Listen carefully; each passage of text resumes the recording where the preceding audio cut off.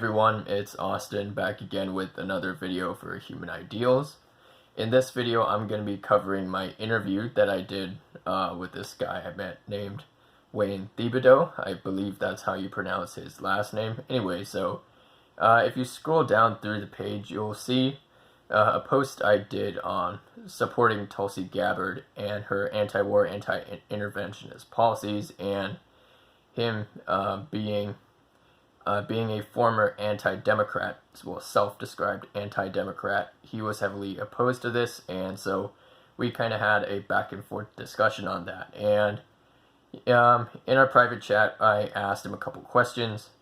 Coming from my background, having been raised a Buddhist, and trying to see what his conception of the Book of Enoch and the Enoch calendar, as he calls it, I believe, and what that was all about. And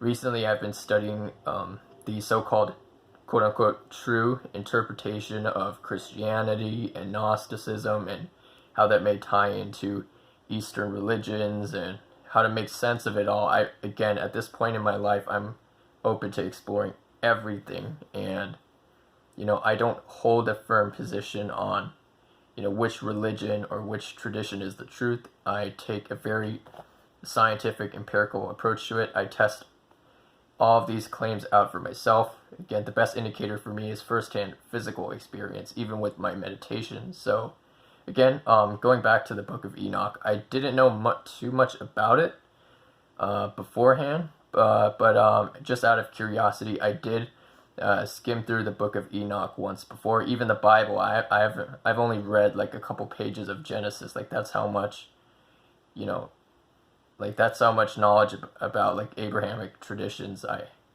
have. So again, I'm not an expert on that. So it was just really mind blowing for him to, in this interview, you'll see him referencing all these passages from the Bible, and how the Bible has apparently, well, supposedly gotten corrupt, and how Christianity is actually being heavily influenced by pagan practices and rituals nowadays. And he talks heavily against churches like the Vatican and whatnot. So again, anyways, if you want to check out more esoteric, mystical traditions that I cover on Human Ideals, again, make sure to follow the page in the pinned post titled Our Vision. You'll see the entire 10-week curriculum that I've constructed for you guys. Again, shout out to USC students who are looking to join Human Ideals. And anyways, I hope you guys enjoyed this interview I did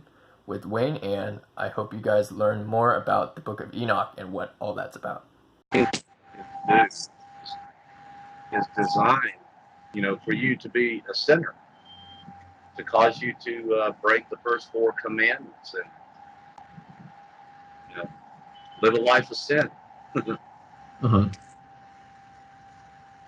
I've been seeing that you're really passionate about the Book of Enoch and whatnot. I was kind of taken aback by, because like even in my comments, I see that like you're like a really, really, you said you used to be like a staunch like anti Democrat or whatever, but then you stopped, and then you carry that same passion into your work, but you're also against religion. So I don't know, I'm seeing I'm not really sure how to make sense of your beliefs, because it seems like you don't want to be confined to any sort of label, like even Judaism or whatever, but you are really deep into this text.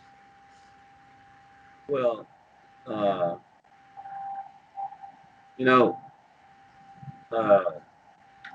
I've studied the Word of our Father all my life.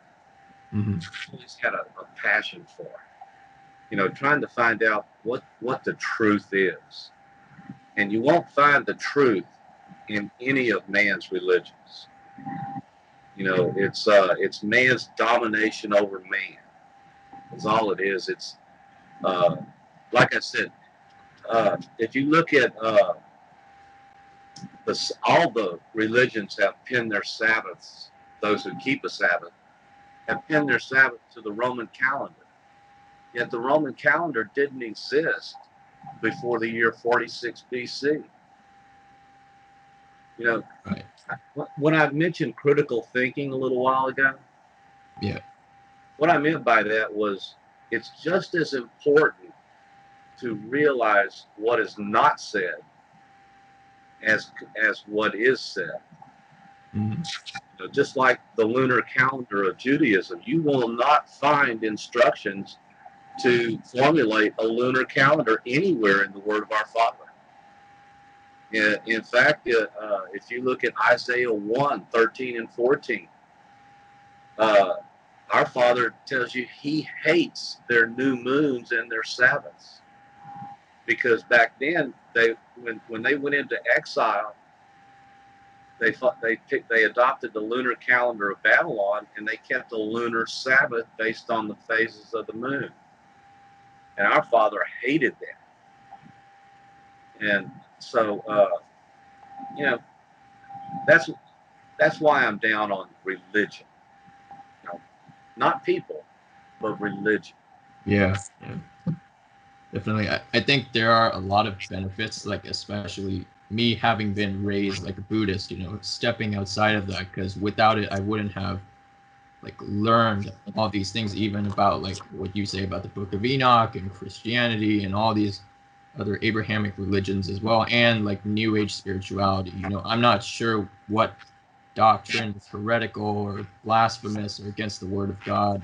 I'm just looking to put everything on the line, you know, like being a truth seeker. I guess, I mean, you're heavily passionate as well, you know, as am I. You know, there's a risk to that, in that, you know, for example, let's say I don't adhere to the word of God, I might risk being banished to hell for all eternity. Like, I don't know what the truth is, but yeah.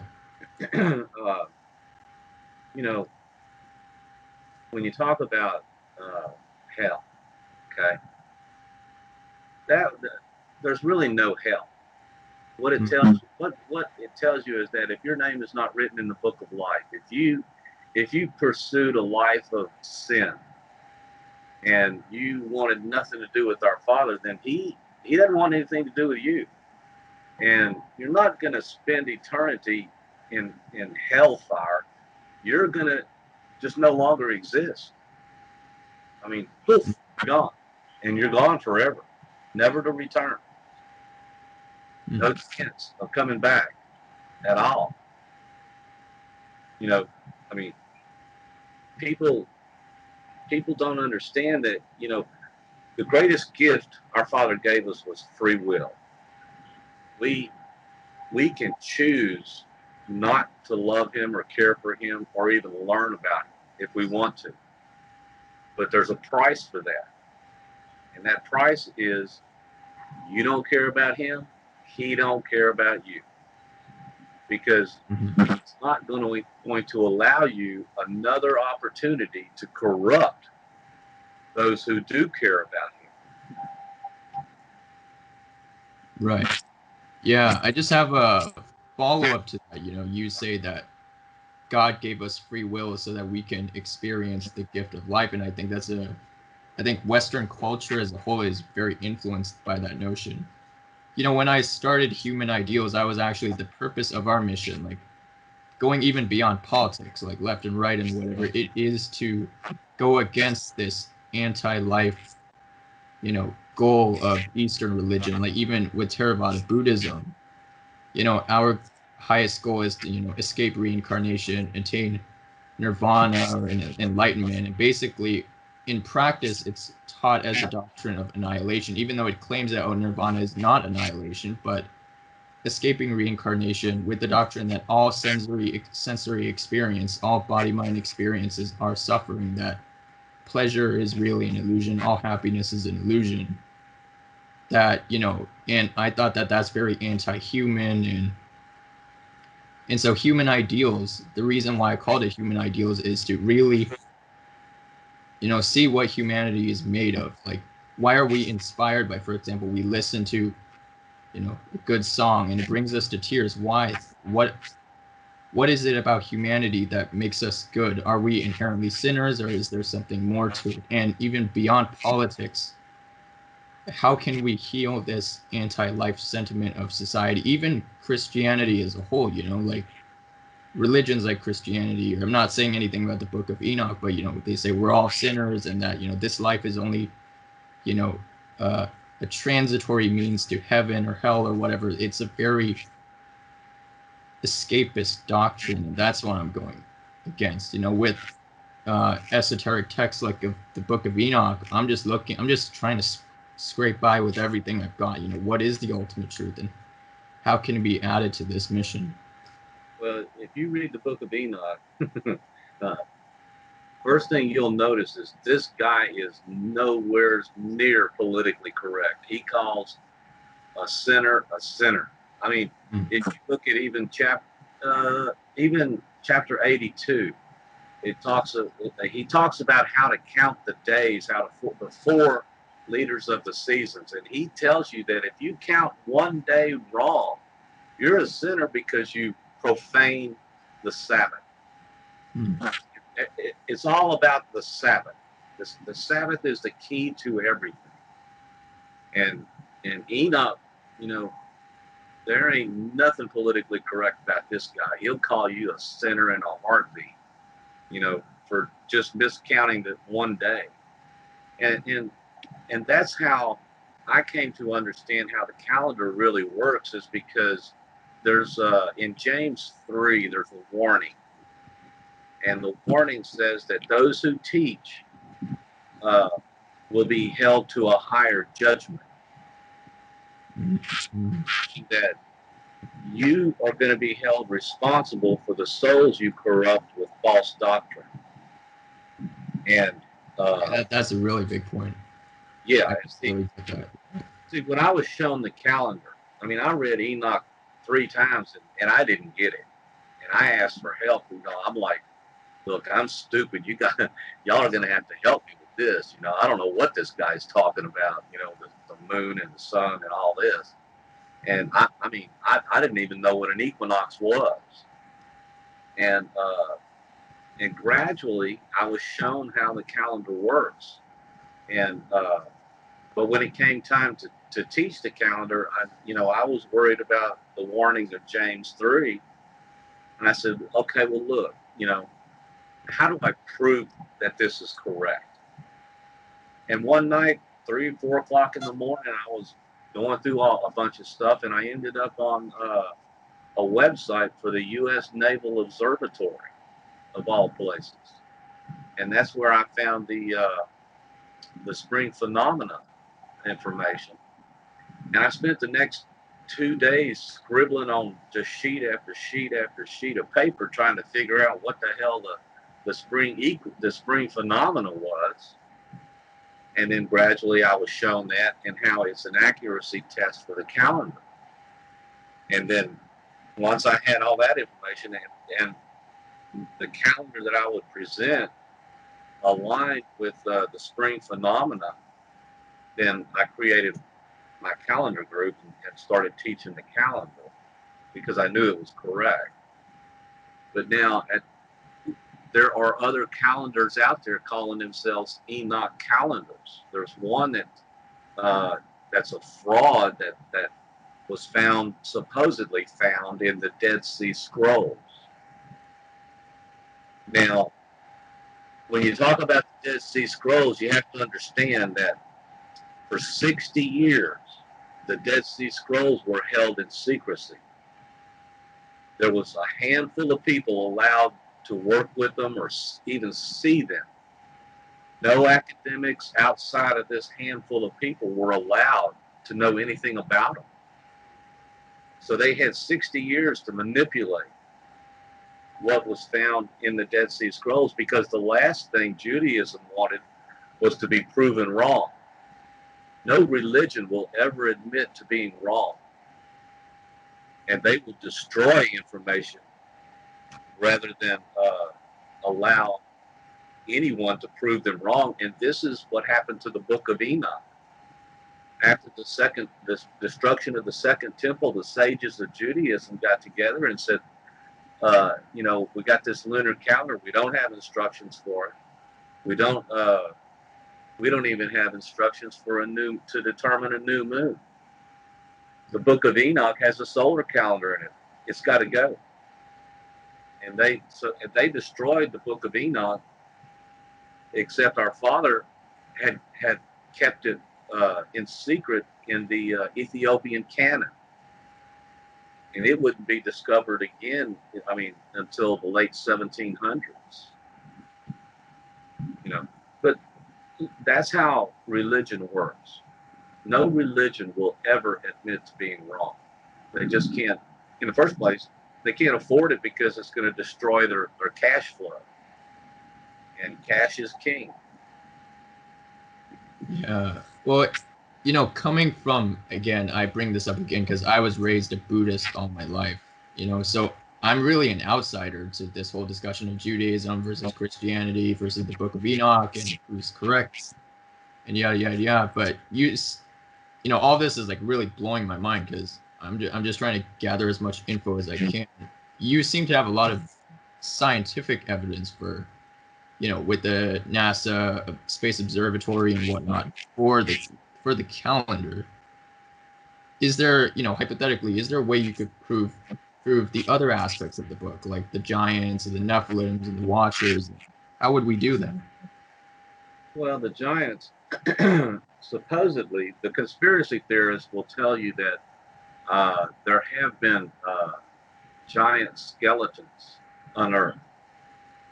Now, and supposedly the Smithsonian Institute destroyed all of it. They didn't want it known. I mean, you can't have giants and ban the Book of Enoch. You know, you can't have proof of giants and destroy the Book of Enoch because Enoch was there. Enoch saw what the giants did, and he saw the destruction of the giants. And Enoch was even a go-between between the 200 fallen angels and the still correct angels, the higher up angels. And you know, he was even asked to beg for forgiveness for them, and our father said, "No, you caused too much trouble. Look what you did. You know, you were set apart. You were in heaven. You held a station in heaven, and you abandoned it. You know, you boys are gone. You're history." But when you start looking for proof, you know, man has had thousands of years to destroy everything that proves them wrong. That proves the religions of man wrong. You know, now you talk about giants. It even tells you that some of the giants existed after the flood. See, the flood was intended to get rid of the giants and all the people that followed the fallen angels and like that. Now, Goliath, when you read the story of David and Goliath was a distant descendant of the giants. He was a great big tall guy. There was when the tribes of Israel came across the Jordan into the promised land, there were these people called the Amorites. Well, there was a whole bunch of different ones, but one of them, the king of one of them, was called Amalek. He was a giant. It even describes his bed as being something like 13 feet long. You know, so you still have stories about the giant. They're lesser giants, but they're still direct descendants of the first giants, and you still have stories of them in the Bible. You know, so if you're looking for proof, you're not going to go dig up 60-foot person. Right. Yeah. But you're gonna. But if you look at the stories in the Bible of the people that encountered Israel when they came in, when they crossed the Jordan, even before they crossed the Jordan, when they were in the wilderness, and Moses sent out spies to go see what these people were like that lived in this area that they were coming through. And when the spies came back, the spies reported that we were like grasshoppers to them. That's how big they were. They're huge. And we were like grasshoppers. You know, so that's about the only proof you're going to find. Mm-hmm. But still, it all, you know, it proves the Book of Enoch correct. Right. See? And religion doesn't like that. Yeah. I'm just going to take a intermission right here. I want to, about your camera, you think it's still going to work? Well, I don't know. I have to plug it in. And does it work automatic? Yeah, it should. Oh, okay. So it'll just work? Yeah, I guess so. I mean, we could find out. Oh, okay. Let me find the plug. It's under here.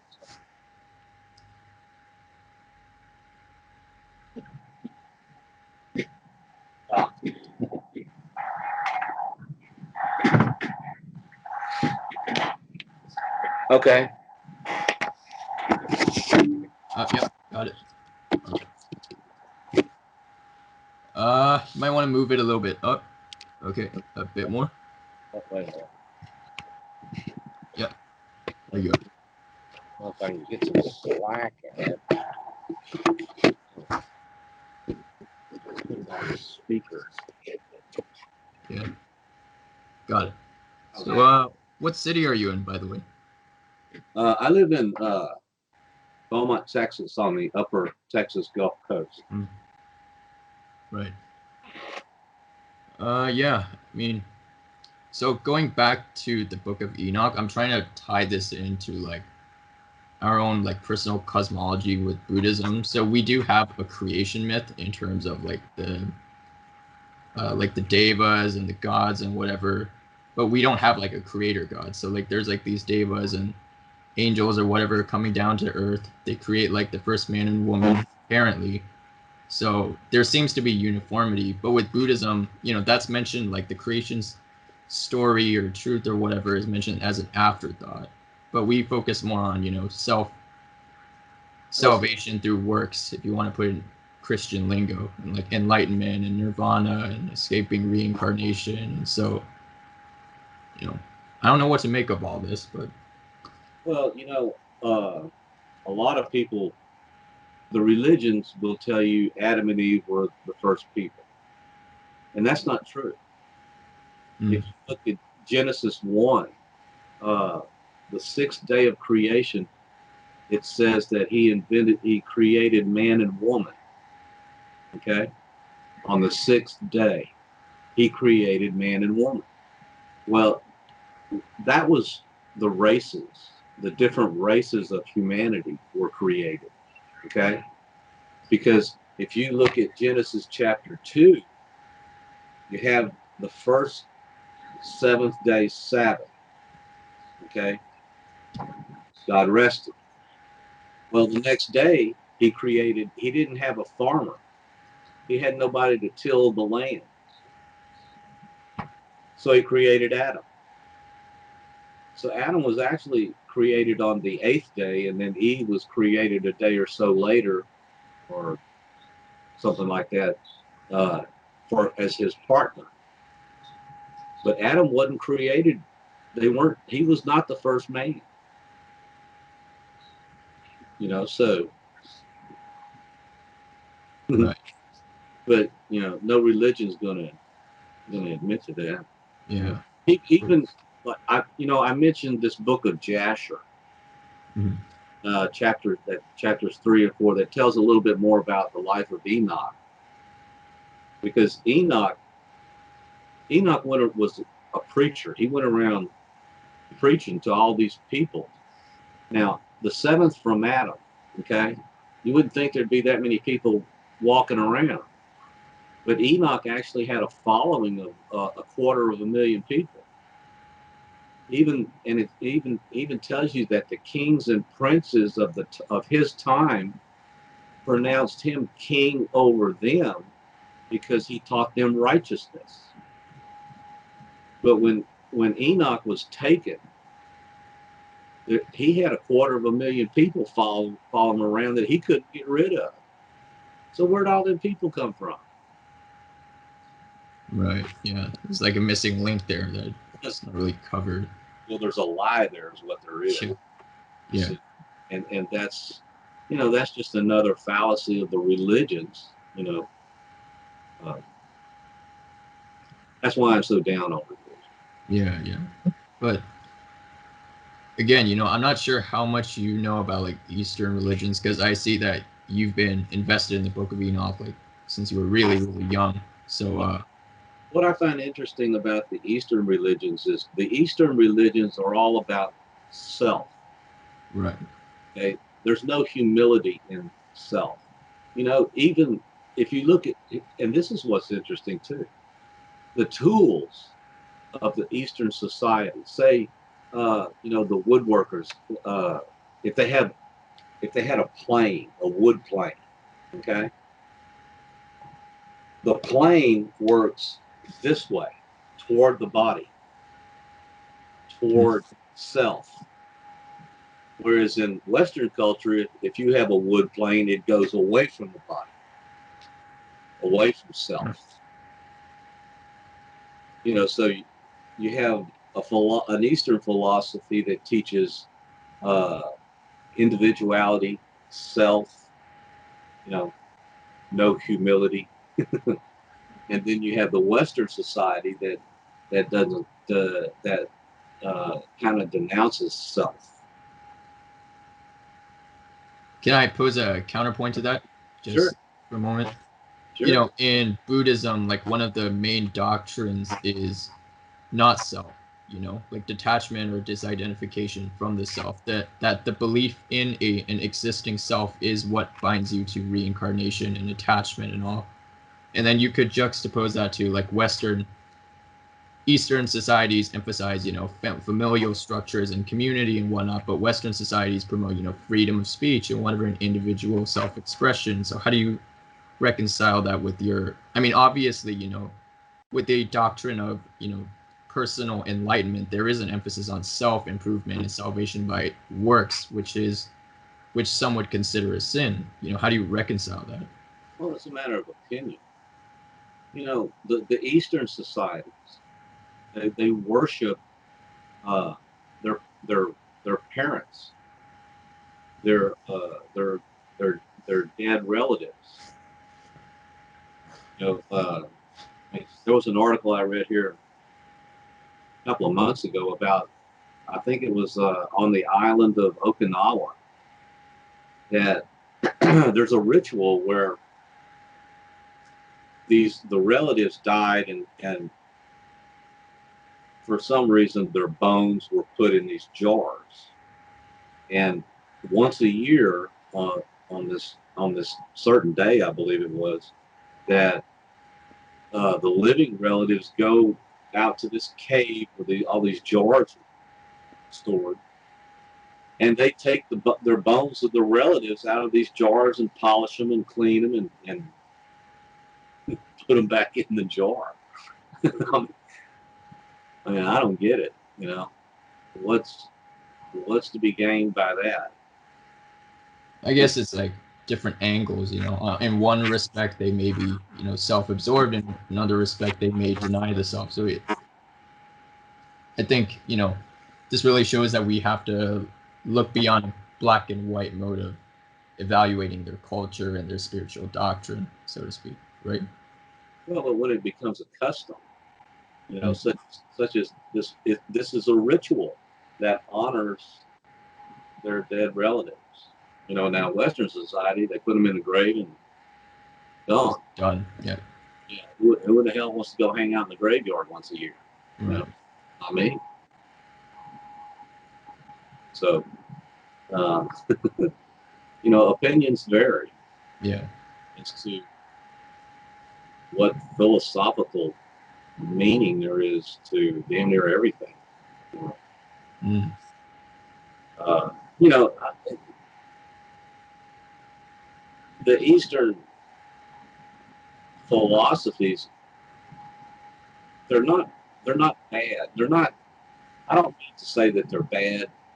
What I mean to say is they don't obey God. Right. commands, what we're commanded to do. Right. If you look at the Ten Commandments, okay, the first four, if we obey the first four commandments, that is how we demonstrate our love for our Father in heaven. The rest of them, the six, are how we demonstrate our love for our fellow man. Mm. So before we love our fellow man, we need to love our Father in heaven. See, now the religions of man does everything to destroy those first four commandments. You know, a false Sabbath on a pagan calendar,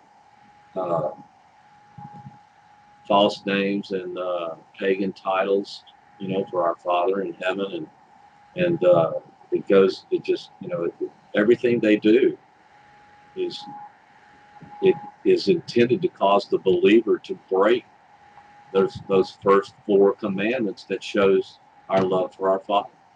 Now the Eastern religions, they don't seem to have anything to do with our Father as master of the universe, creator of everything.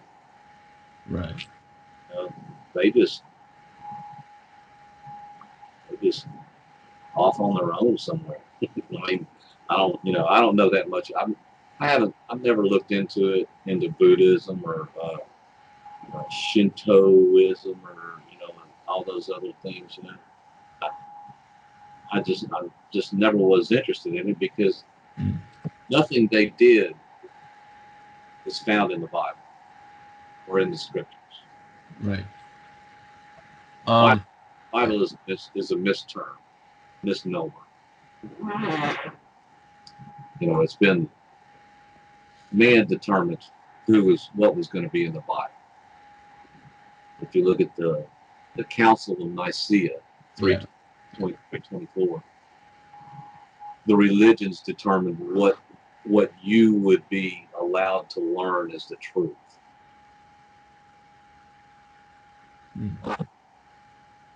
And even today, Christianity still obeys the Sunday Sabbath edict of the Emperor Constantine.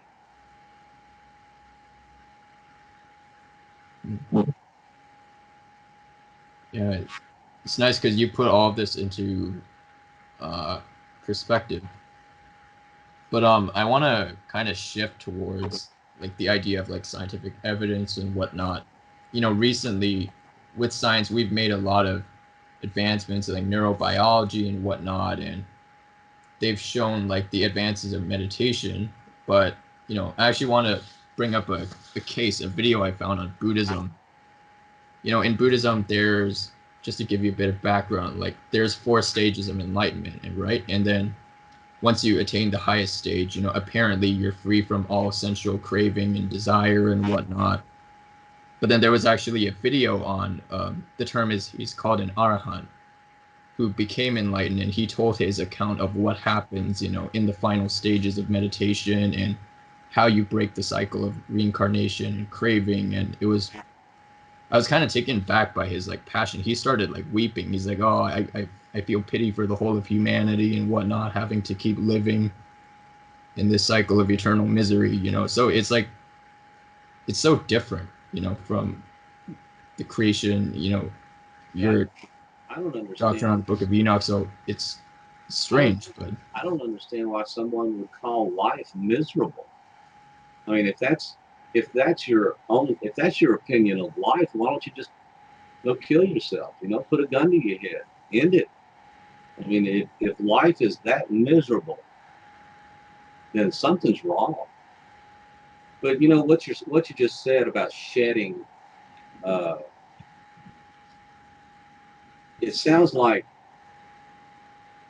I'm a Star Trek fan, and it sounds like the ritual that Spock does to shed all emotion.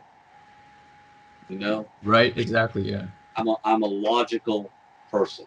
Okay, strictly logic. Okay, no feeling, no emotion, logic.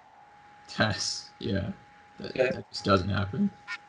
Well, you know, our Father in heaven, he has feelings. He hates. He loves. He shows a whole range of emotion. He even says that when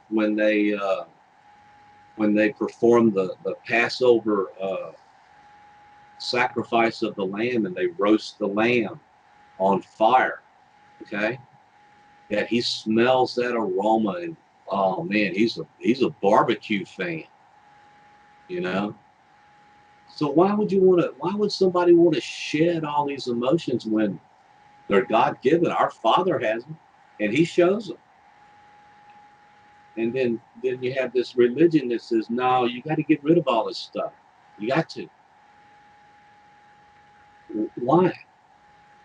Yeah, you know, that's literally the question I've been asking my whole life, you know, isn't that a form of pessimism in and of it? Isn't that also like suffering, like, you know, too, right? It's like it flips in on itself. It seems to me to be a form of spiritual death. Right. It's I mean, if you can't show your emotions or even have emotions, you're going to go crazy. You know, I mean, these are people that walk into a subway and blow people up. You know, and another thing was our Father doesn't like chanting. He says, if you're going to talk to me, you say it one time. I got ears. I can hear you. I don't need you to keep repeating it and just over and over and over and over again. You're insulting. So no chanting. But then, you know, the Eastern religions they sit and chant for, you know, hours or whatever, you know. And I don't know, just yeah, just another aspect of not understanding the true nature of our Father. I mean, He may not be, you know, we were created human below the angels, but we are intended to achieve a position over the angels. You know, we will like the 144,000 I told you about of Revelation 7 and 14. Those 144,000, they will be priests in the new world when our Father, when He, you know, He's coming to live with us on earth. His temple or His mansion where He lives now, it tells us it's coming to earth. It's gonna come down from the sky and it's gonna land on earth, and He's gonna live with us. Earth is gonna be the center of everything, the universe. You know, but I don't know. That's why I never cared for learning anything about the Eastern religions. It's just there's just too much there that goes against the whole nature of our Father. right.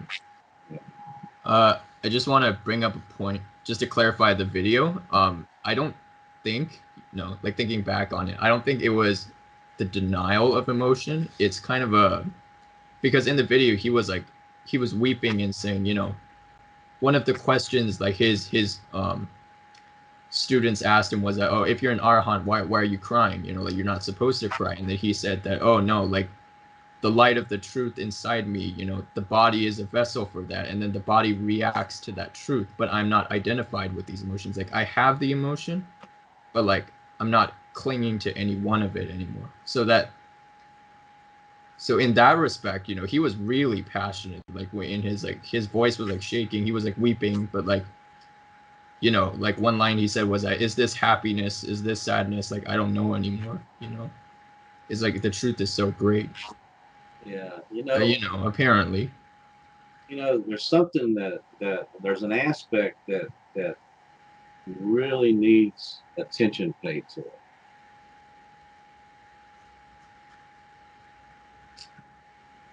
When Satan rebelled, he took 1/3 of the angels with him.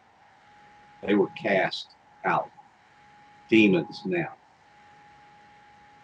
When the 200 came in, okay, they created the Nephilim, the giants.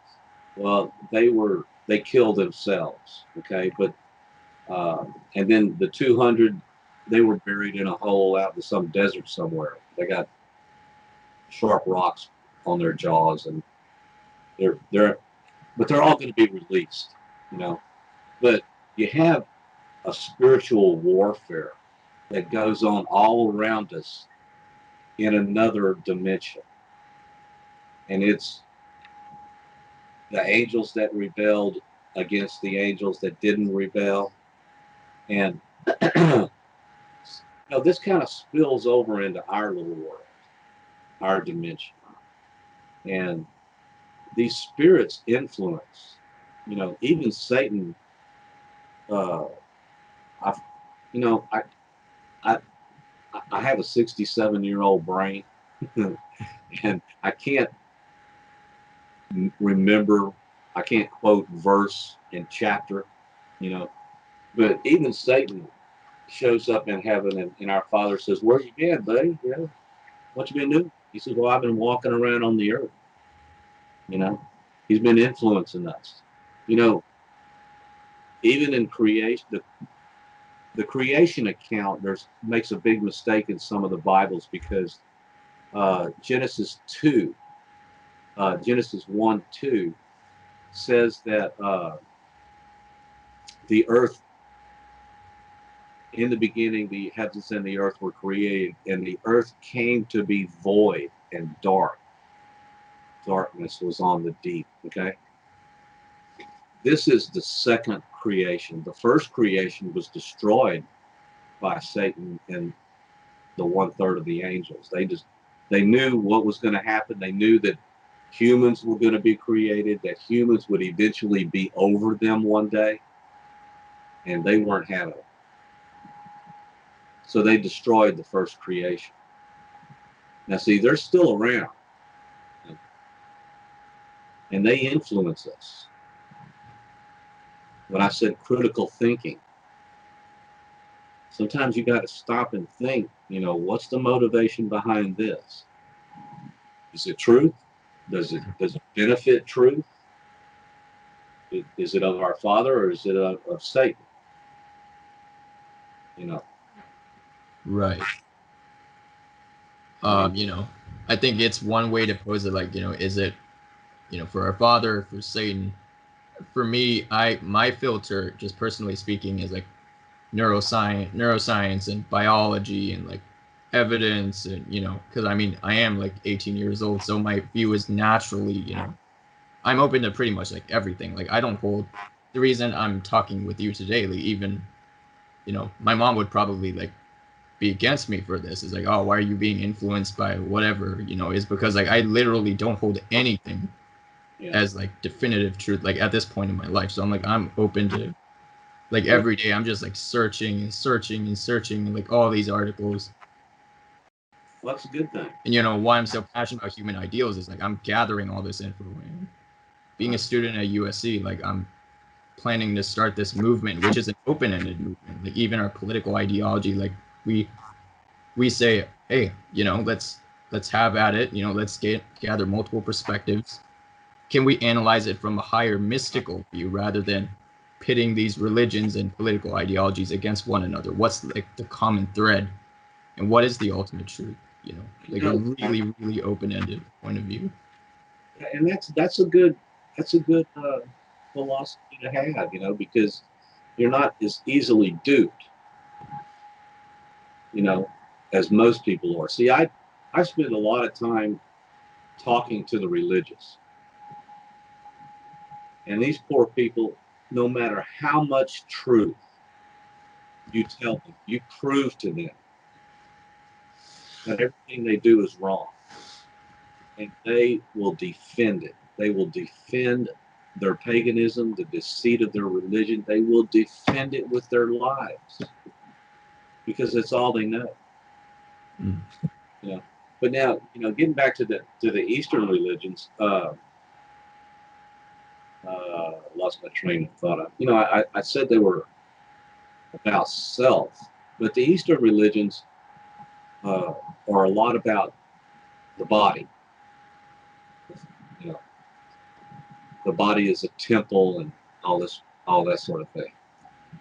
Well, when we're done on Earth, okay, when we're done, this body goes into a hole in the ground or it goes into a furnace, never to be seen again. It's over for them, for this flesh.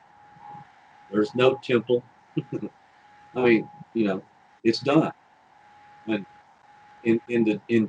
on Judgment Day, you're going to get a brand new body. You're going to get a spiritual body that's incorruptible. Whereas this body is very corruptible, not only spiritually but physically. Disease, injury, whatnot, you know.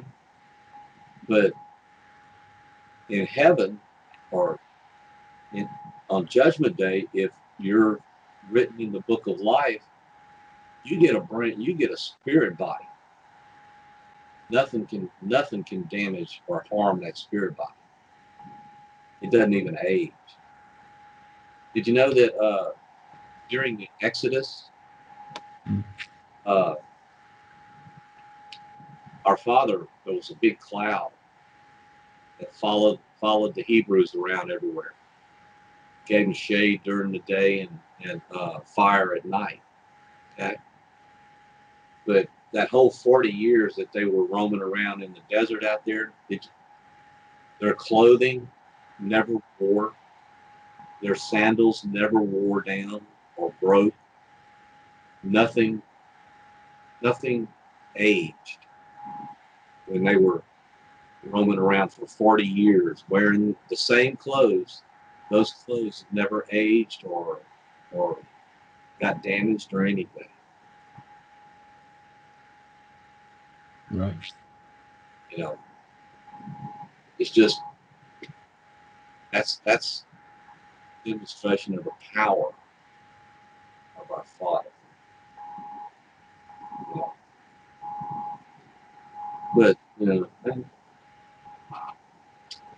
opinions vary. Yeah. You know, your point about like us having like spiritual bodies after we die. In Buddhism, there's actually, you know, we have a cosmology of 31 realms, right? Humans are, like you said, right in the middle. Like there's hells below us, but then there's also heavens above us, you know. With Buddhism, the idea is that unlike Hinduism, we don't really worship the body. So like just to clarify, we think of it as like you said, it's susceptible to old age, disease, and death, and which is why the Buddha actually rebelled against Hinduism in his time. You know, he doesn't believe in, you know, worshiping the sacredness of the body, but his idea of escaping reincarnation was that even if you get to heaven, like let's say you're righteous or whatnot, they say that the angels and the Brahmins, right, like the highest gods, the devas, they have really, really long lifespans, like eons long. But he says that eventually even they will exhaust their karma, or like karma is basically like your merit, right? Your accumulated merit, and they will eventually come back down as humans, or if they've done really bad stuff in their past lives, they'll even go to hell. So it's this like endless cycle, you know, like however long it is. And his idea is basically enlightenment is about escaping all that. It's like your fate is uncertain. That's why even no matter how much happiness you experience in the heavens or whatnot, it's gonna run out one day. So that's yeah.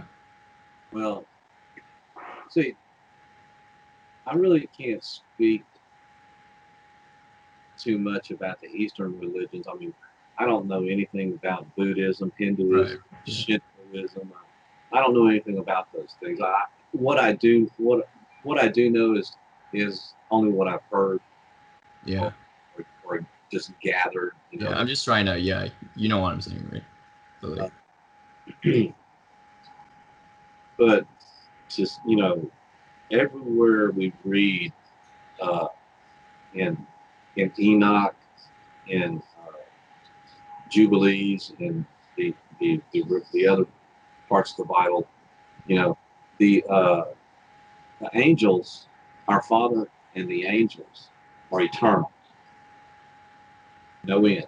As a matter of fact, if you read the Book of Enoch, and I can't tell you where to find it, but it talks about he's shown this really dark place, and there are these angels forging chains, and he asked him, you know, what are these big heavy chains for? And the angel with him tells him that those are restraints for the angels that sin. See, they die, so they're chained up in this void somewhere because they're eternal beings, you know. So they got to be chained up, and you know, and it talks. I think it talks about being chained up for 10 million years, or yeah. you know, in a pretty long time, you know, to be handcuffed to the wall. So, but you know, I really can't speak much about the Eastern religions. I don't know that much about all the different beliefs. I get it. Yeah. Actually, it's kind of like Christianity, because you know you have the mother of all the harlots, the Vatican, the Catholic Church, which is the throne of Satan, as far as I'm concerned, and then you have all of the offspring, all the different religions of Christianity that are the offspring of the Catholic Church, and they're all different. One way or another, they differ from each other in beliefs. You know, there's a big joke about the Baptists don't dance. I mean, I don't know why. I don't know what the problem is with dancing, but you know, the Pentecostals, but they're all.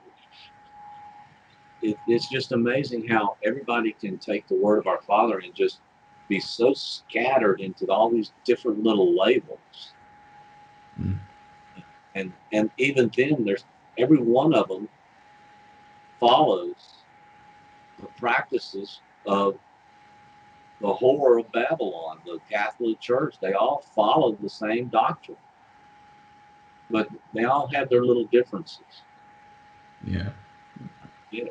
You know, I mean, how do you decide you want to be a Baptist one day? You just, well, I don't want to dance, so I'm going to be a Baptist. I'm a terrible dancer, so I'm going to be a Baptist. I ain't got to dance no more. Nobody's going to laugh at me when I dance because I ain't going to dance. I don't get it. Yeah, it's very like puritanical morality. Like what I didn't get was, you know, you have all these videos of like born again Christians, and like apparently they saw Christ as like, oh, now I confess that Jesus is Lord. And I don't know if that's like schizophrenia or like their own, if it's actually real or if it's based on like changes in neurochemistry. Like I have no idea. So like, Well, just like in going back to Eastern religions, you know, it's all. Well, you know, even in the Gospels, it tells you that these people came to Messiah and said, you know, we prophesied in your name, and we did this in your name, and that in your name, and he tells them, I never knew you. Get away. Right. Yeah. Yeah. there's, I mean, it's just, there's one way to do everything. And that's described by our Father in heaven. The ways of man don't get you anything. More likely going to get you into hellfire or Sheol. You know, they're just like Judaism has. There's three hells. Gehenna, that's the garbage dump outside of town. Tartarus, that's where the spiritual beings are held when they screw up. And then Hades is the hole in the ground. It ain't really hell, but it's what they call a hole in the ground. Right. And there's so much bullshit that it's gotten so complicated. Tell me about it. So confusing. Yeah, and that's why I use the term critical thinking. You know, you got to really sit down and think about this stuff.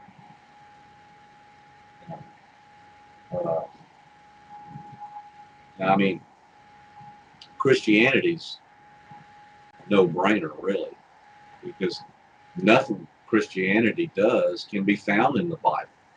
All their pagan holidays, you know, their pagan Roman calendar. I mean, I don't understand why people can't see this. Yeah, the Jehovah's Witnesses used to come to my house, and I'd invite them in. Y'all come on in, let's talk. Well, they came in once, and they never would do it again. You know, first thing I told them was the letter J has never existed in the Hebrew language. Where'd y'all come up with Jehovah at? You know? Well, shit, they beat a path to the safety of the street. You know, they won't even stop at my house anymore. Mm. I'm marked by the Jehovah's Witnesses, you know, as no telling what. Yeah. But I had a preacher come to the house one night, wanted to give me a Bible. So I took the Bible and I told him, I said, why are you giving these away? He said, well, we want people to know the word. And I said, you know, if people actually read this, they'd drag your ass out in the parking lot of your church and hang you. Because everything you teach is a lie. Nothing you teach is in this book. And he damn near wanted to start a fist fight. You know, defending that paganism. So you gotta really give everything some thought. Right. Yeah. Go ahead. I was just gonna say, talking with you, and I actually looked up a website, like the book. I just typed in some keywords, Book of Enoch, Buddhism. I actually found a website. Strangely enough, it's just like divine timing. Like, I swear, like, just to use the word, like, he claims to tie in Buddhism, Christianity, the Book of Enoch, and scientific evidence. So, like, that's gonna be a kicker. I'm not sure if you're interested in reading it. There's a lot of material, but I just stumbled about it like a couple minutes ago. But You know, you wouldn't believe the block list that I'm on. yeah. All of these people that write books, you know, since the invention, since the creation of self-publishing, everybody wants to rewrite the scriptures. There's so many books out there that is just bullshit. You know, there was a guy, you know, just for amusement, I go to bed, I like to listen to Coast AM, all the crazy crap they have on there. And there's a guy on there last night talking about, you know, he's a Christian something or another. but he carries the title Doctor of Divinity. Now, I don't know if you know this or not, but all these people, and even the big names that you see on TV and you hear about in the news and like that, all these big Christian evangelists, like this, they have their little title, Doctor of Divinity or doctorate, or they claim to hold some doctorate of religious teaching, okay? For $300, there are 3 or 4 websites that you can go to, and you can buy a doctorate of divinity. Titles, yeah. And even on the website, it will tell you that these are money makers. People fall for this shit.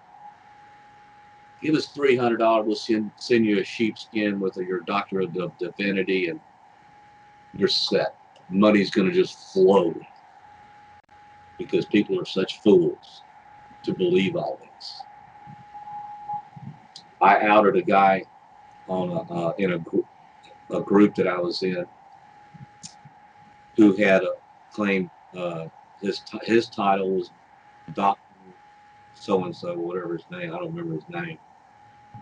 And he had a doctorate of divinity, and everything this guy said. Me and him, we would get into some fierce verbal interactions. So I got curious, and I got to looking this guy up around the internet. Come to find out, he, about 3 or 4 months before, he had been released from the Department of Corrections of Illinois. It was his second conviction for rape. He had spent, with 2 rape charges in the 70s and the 90s, he had spent a total of almost 20 years in prison. Now, here's this guy running around Southwest Houston posing as a masseuse with a doctor's title, a Doctor of Divinity title. Of course, he didn't use divinity, he just used doctor, PhD. Okay? And he's running around giving women massages in Southwest Houston when he's a 2-time convicted rapist. So, but he wanted everybody to buy his book. I mean, come on. There's so many people out there that if they have something to sell, be wary. Yeah, you really gotta vet their credentials. See, even if you are like well established, in the mainstream narrative, like you gotta watch out for that as well. So like, well, there's a guy in the Pacific Northwest. He has a church up there. I can't remember his name, but he wrote a paper a while back about the blood moons. Okay, I mean, it's bad enough that there are no scriptural instructions to formulate a lunar calendar. So now this guy, there's this tetrad of blood moons coming up, and he wrote this paper about these blood moons falling on the appointed times of Judaism. Well, of course, Judaism follows the lunar calendar. Duh. Their appointed times are associated with the phases of the moon. So he wrote this paper about these tetrads.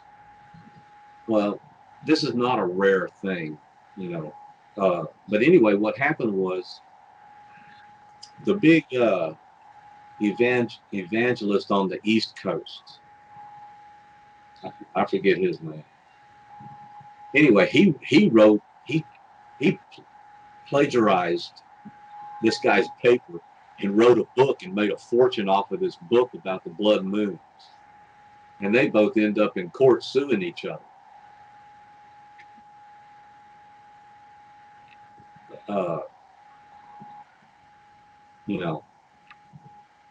When they're both teaching paganism, and you got 2 pagans suing each other in court, or who is right when none of them are they're both wrong. Yeah, it's just infighting, I guess.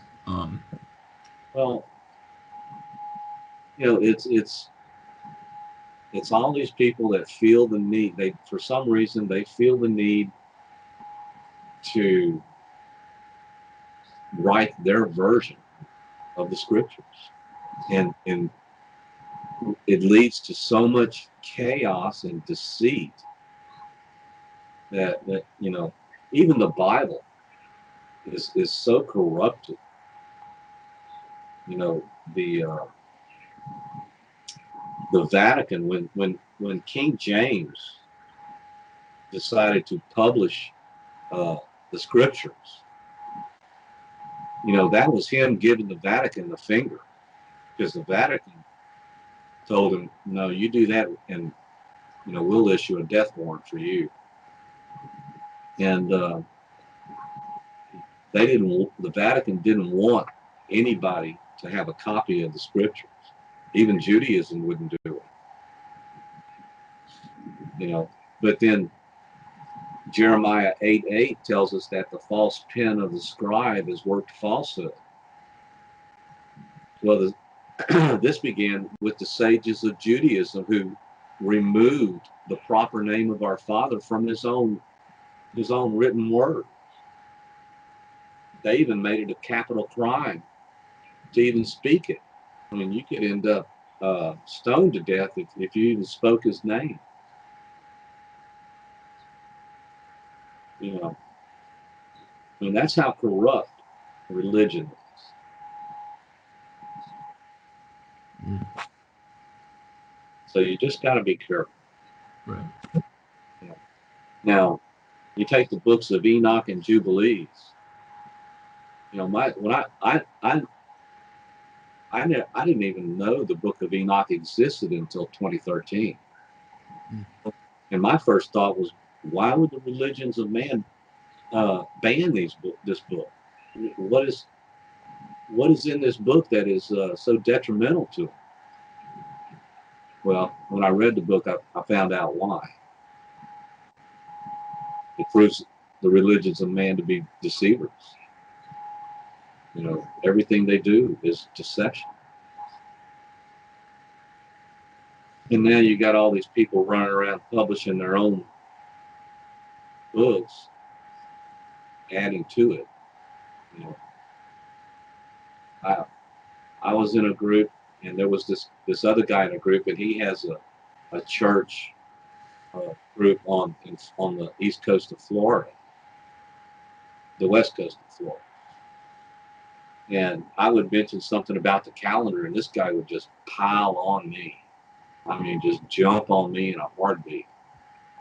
You know, there is no calendar of Enoch. It's all a lie and like this. But then if you went to his website, he had a page on his website that taught the calendar of Enoch from the Dead Sea Scrolls. Actually, the Qumran, it's the calendar of the Qumran text of the Dead Sea Scrolls, which is not scripture, it's just historical data.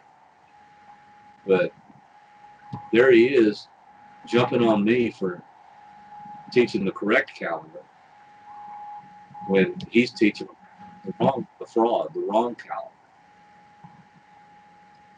and then denying that the calendar even exists. No.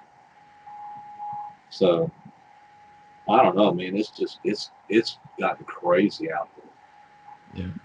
You know, then you have the flat Earth people. Do you know any flat Earth? Yeah, I know that. You know, I can just rattle off proof after proof after proof that dispels any notion of a flat Earth. And I mean, last week I was in a big argument with this guy that lives in North Texas that teaches flat Earth. You know, and I asked him, one of the first things I asked him was, how can the sun and stars exist in the same atmosphere with the Earth? Well, they're not in the same atmosphere. They're just at the top of the dome. Oh, so the atmosphere doesn't go all the way to the top of the dome? Well, I don't get your point. I said, dude, the point is the noise from the stars and the sun would be unbearable if we shared the same atmosphere. Noise, air transmits sound. Right. And you can imagine what the sound would be like with all these hydrogen furnaces going off, repeatedly, constantly, but these people defend it, they can't prove it, but they defend it. I don't get it. Does the Book of Enoch show evidence for like a round Earth, or? The Book of Enoch uses figurative language. Mm-hmm. They take as literal language. Yeah. Remember that critical thinking? Exactly. Yeah. There you go. I mean, you have face value. They take everything in. You have to realize what figurative language is compared to literal language. Enoch was taken all around, everywhere, the whole earth and the heavens, and he was shown a lot of secrets, that man didn't know nothing about. And with limited scientific knowledge that Enoch had, the best way for him to explain something is often figuratively. And that's what these people do. They take figurative language and turn it into literal language, but they can't, there's about a couple of dozen questions I like to ask the flat earth folks, and not one of them will answer me. Matter of fact, one of the biggest ones is this guy, Rob Skiba, has a YouTube channel, and me and him got into a spat on a website one day, and I everything he said, I proved him wrong. And man, I got a cussing you wouldn't believe. And then he went back and deleted everything because of the language he used. So, there's just so much controversy out there.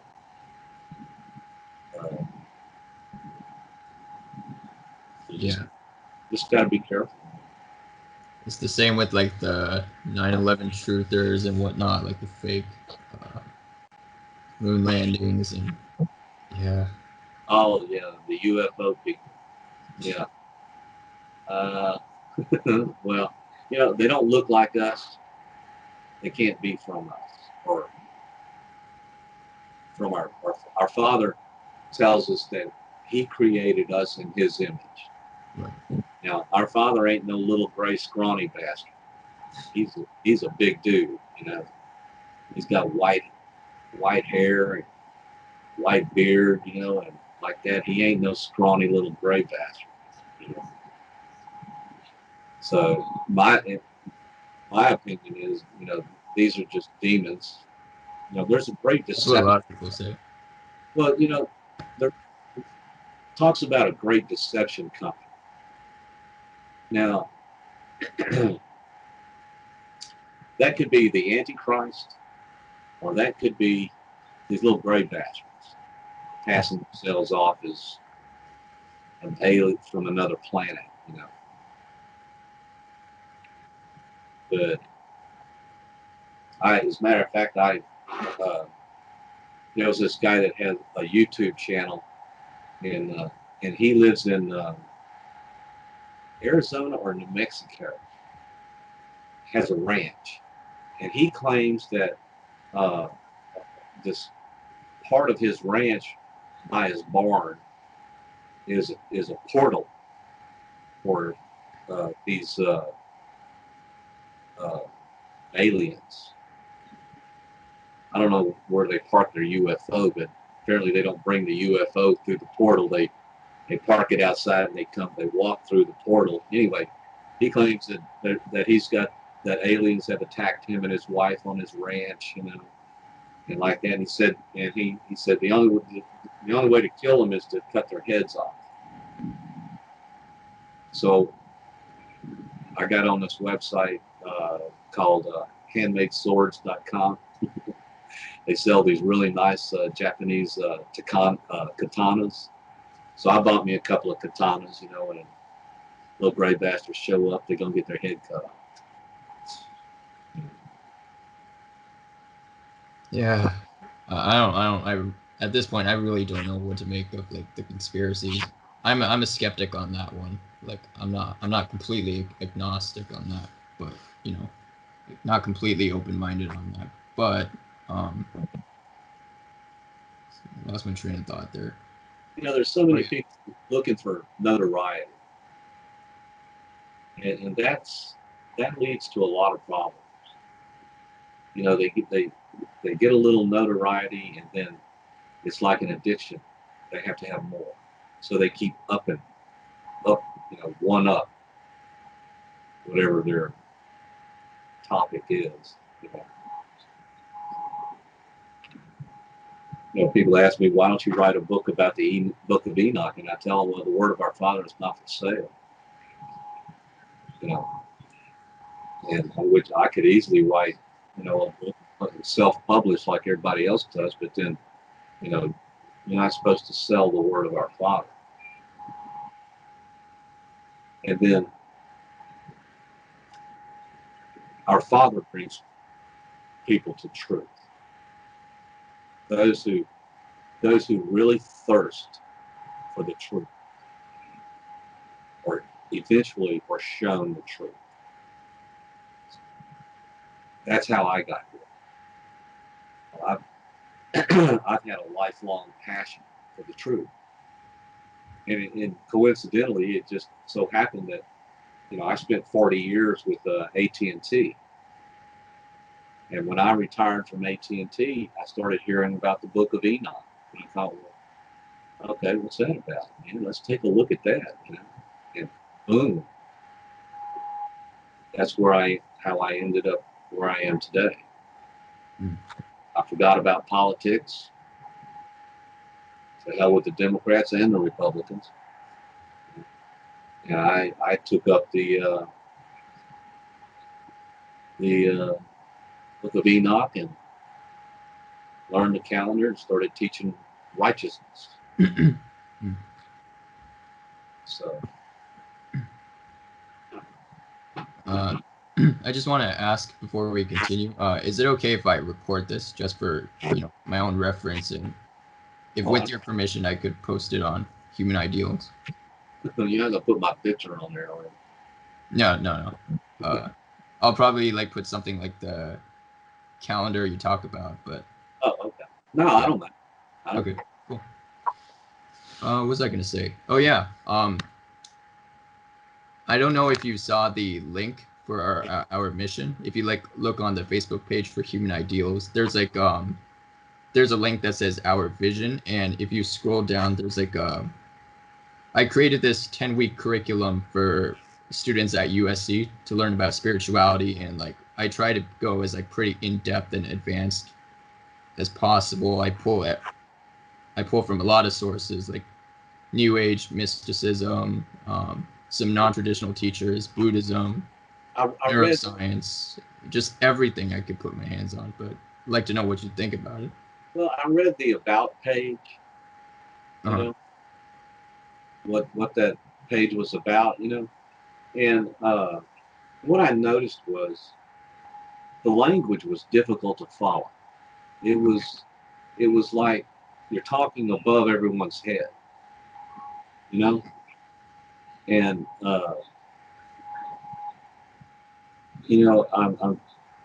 the people that I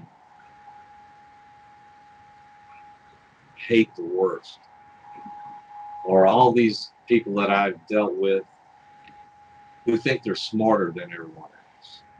Yeah. And they talk above you. They try to talk above you. Of course, their subject matter is stupid, but they use a language that is confusing and seems to talk above everyone else, you know. And that was one aspect that I didn't like about it. Okay. Fair enough. Yeah. I mean, there are really some good terms, you know. Mm-hmm. Just most people don't know what those terms mean. You know, a simpler language is probably a better way to go. You know, there's a website called EDU. Yeah, I forget it. It's edu.com, I think. It's an academic website. Okay. And I go on there and read some papers. These are the academics. Think they know everything. Yeah, it's just really complicated. You know, they could simplify. You read their stuff, and the language that they use, it just seems to just spin around and around. It's complicated language, Yeah. and it to me is just a show of I know more than you, so shut up and listen. Right. Right. You know? But then you try to talk to these people. I'll message them and they won't talk back. They will not. As matter of all the years that I've been on this site, I've had 2 of them actually answer message that I've sent, and they were furious that I would. How dare you question me? Can't you read what I wrote? How dare you question me? I mean, you know, so language, you know, communication is, for the most part, depends on who you're dealing with. Right. I'm gonna move this for a second. Get more comfortable.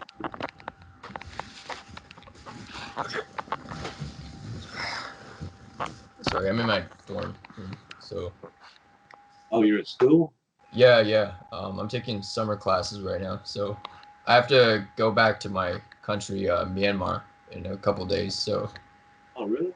Yeah, I'm gonna be going back. You know, maybe studying a bit about Buddhism.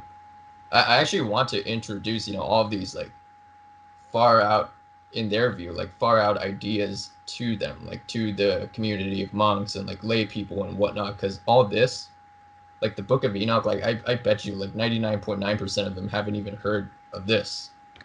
Oh, Or even like the basic tenets of Christianity or Judaism, like they don't know any of this. You don't? Yeah. So, even the Book of Jubilees, you know, the Book of Jubilees was included in the 1611 King James version of the Bible. And the Book of Jubilees confirms the calendar of Enoch. As a matter of fact, Jubilees 4:16 through 18 gives Enoch the authority and the wisdom to reveal the calendar. Well, in the like around the 1830s, I think it was, there was an English Bible Society that successfully petitioned the Church of England to remove the Book of Jubilees. Now, the Book of Jubilees also proves the religions of man to be Sabbath deceivers and like that, you see. And as a matter of fact, Jubilee 6 condemns the lunar calendar. And it even prophesies that Judaism would adopt the lunar calendar from Babylon during the exile after the death of Moses. You know, so the Church of England, these people didn't like the Book of Jubilees, so the Church of England took it out, never to be published again. Now, you had these 2 guys at Oxford, a guy named Richard Lawrence And then after him, a guy named R.H. Charles. Well, what happened was there was this Scottish explorer that was roaming around Ethiopia, and he found the Book of Enoch in the Ethiopian canon, and he brought back copies of it to Oxford. And they laid around Oxford for almost 100 years, and this guy, Richard Lawrence, started working on the translations from the Ethiopian guise to English, and he published a translation in the mid 1800s, and it didn't really do much. Well, then R.H. Charles come along in the 1890s and did translations and published the Book of Enoch in the early 1900s, and that book really took off. It gained a lot of popularity. As a matter of fact, in the 1950s, there was a group that they called themselves Enochers, or the Book of Enoch people, or something like that. I don't know. Anyway, they were actually responsible for the popularity of the Book of Enoch gaining some traction. But then the religions come along and said, no, y'all don't read that. That's not for y'all. That's all false. And of course the religious, oh, okay, no problem. And it was forgotten.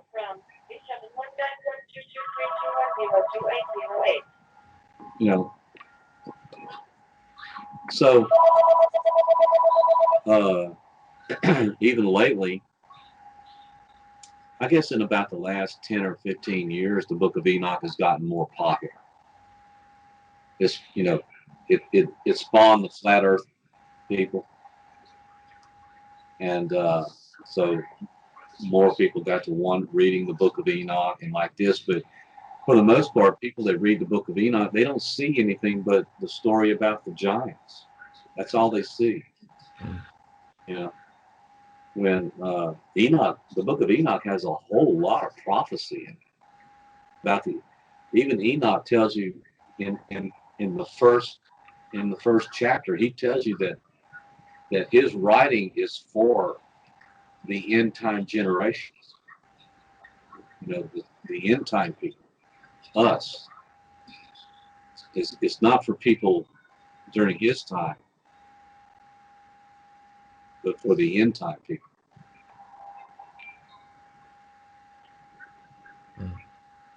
And you look around and you just can't deny that we're not in the end times. I mean, the world is going to hell in a handbasket really quick. Right. And even the Bible talks about the end times will be like the times of Noah. When you had the fallen angels that were the giants that were manipulating plant and animal genetics to feed themselves. Well, you got all this genetic stuff going on right now. That's not really good. I mean, some of the stuff they're creating, especially viruses, not good. Yeah, it's freaky with all like the clone stuff and like genetic enhancement. It's exactly, yeah. Monsanto. You look at what Monsanto is doing to the agricultural industry. As a matter of fact,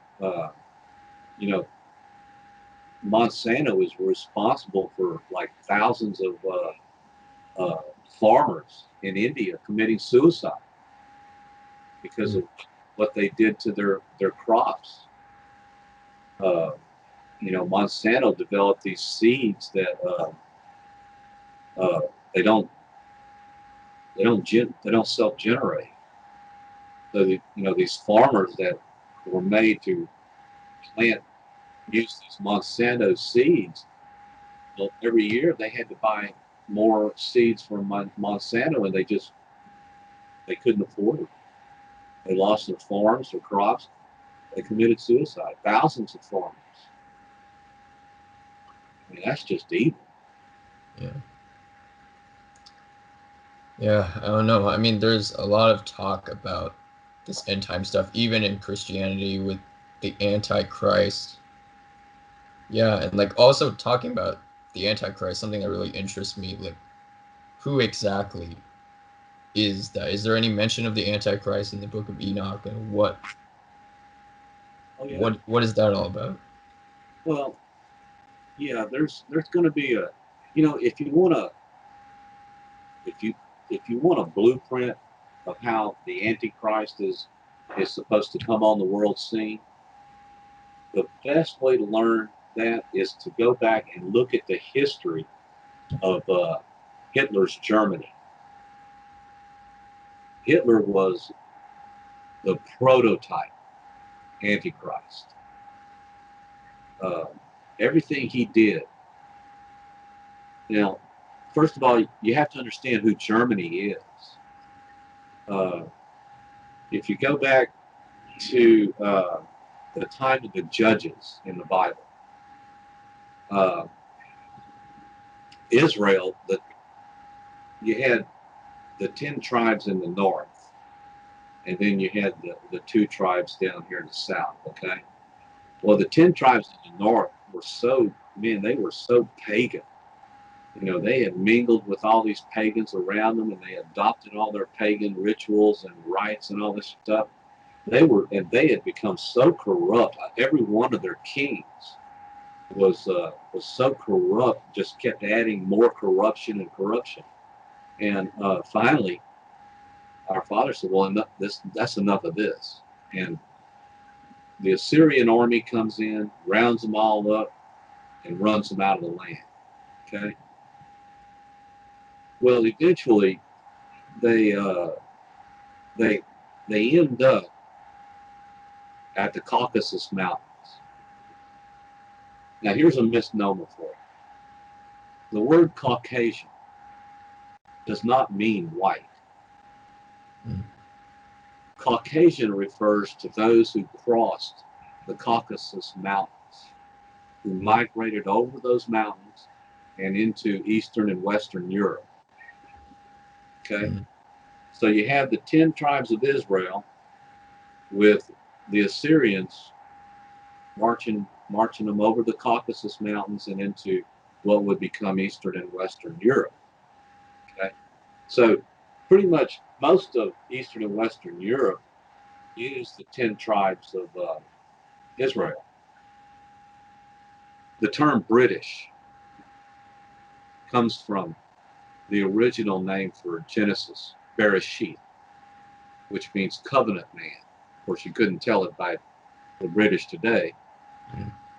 But it speaks about, in prophecy, it speaks about the British people who controlled all the sea gates.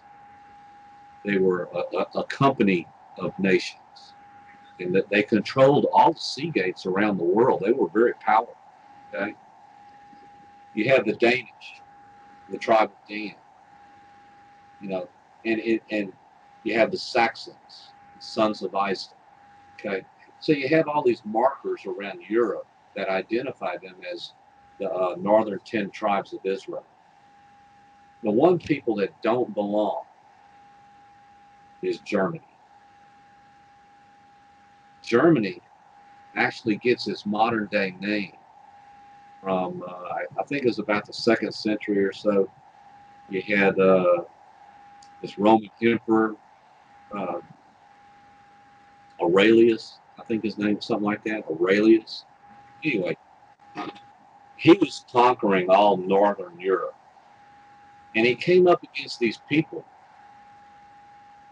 And these people knew how to make war. I mean, they were good. Okay. Well, in Latin, he called them Germania. And that is who Germany is. They are the war makers.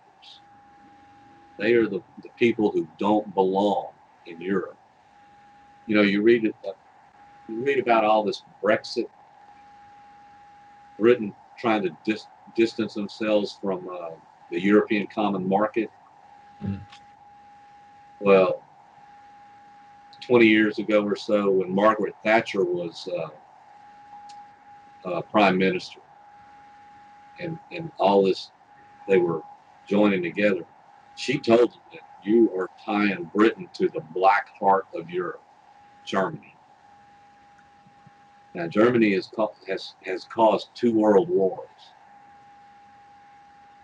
So they live up to their name, Germania, war man. Now, Hitler, you look at the history of Hitler and how he came to power, and that is how the Antichrist is going to come to power. Everybody's going to love him. I mean, Germany absolutely went insane when Hitler came to power. Bloodlust, they murdered everybody. So that is going to be the story of the Antichrist. In Germany, if you go back and look at the history of Germany, Germany's first king, Charlemagne, was crowned by the Pope at that time, the Vatican. The Vatican in Germany, man, they're like this. You know, even in World War II, Germany wouldn't touch the Vatican.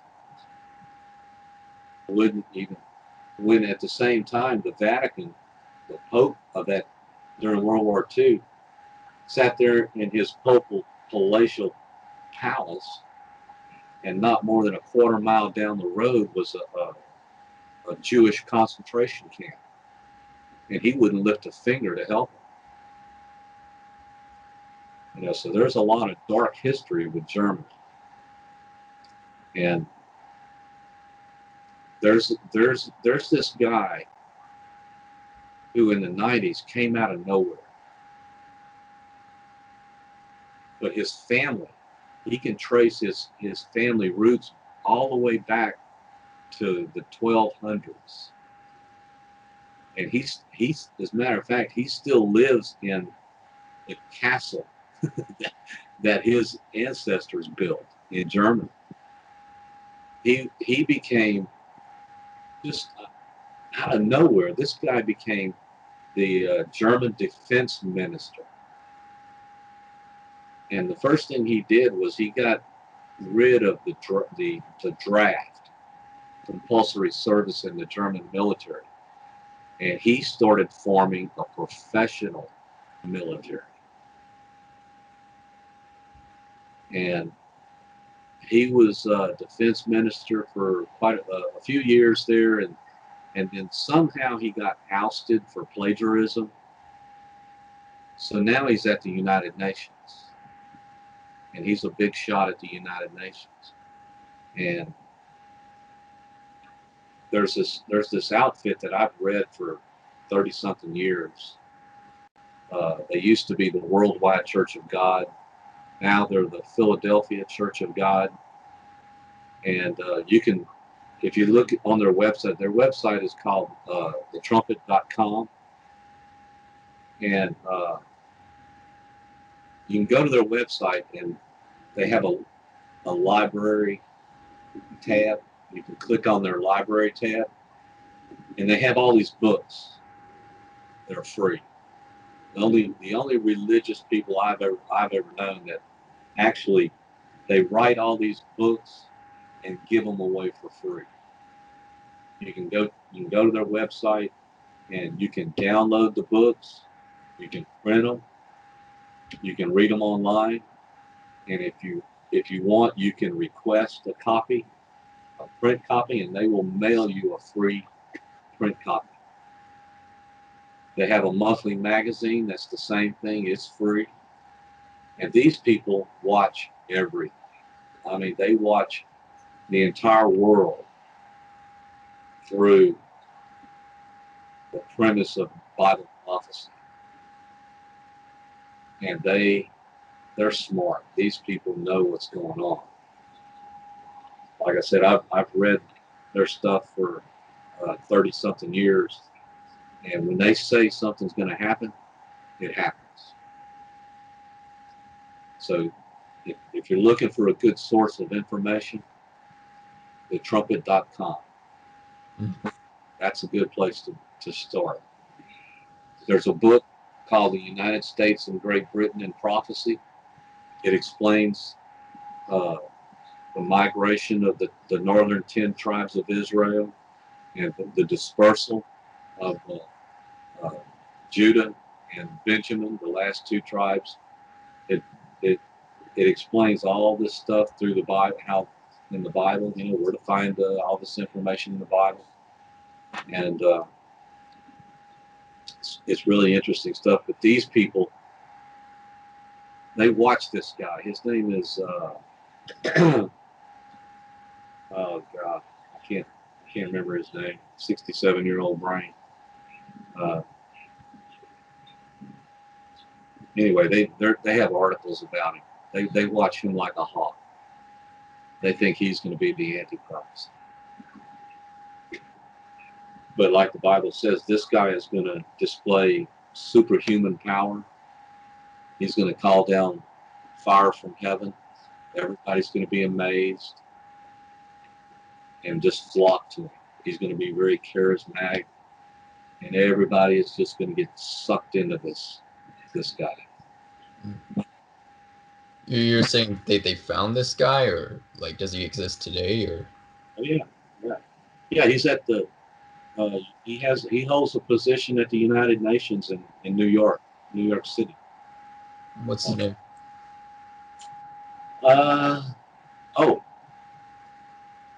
Eric von Gutenberg. I've heard of him. Not sure exactly what he does, but yeah. Yeah. Name sounds familiar. Yeah. Well, like I said, you know, his family has always been involved in German politics, you know.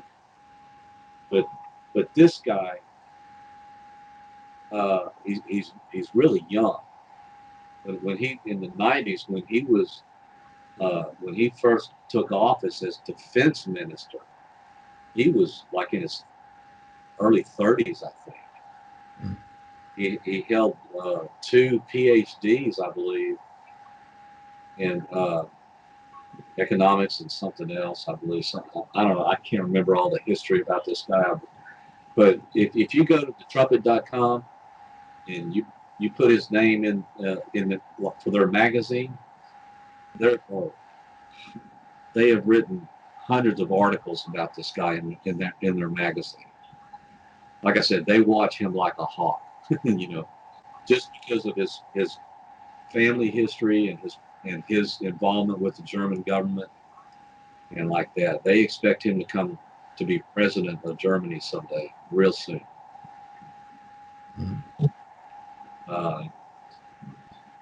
Now, I believe that's his first name is Eric von Gutenberg. Let me see if I can find it.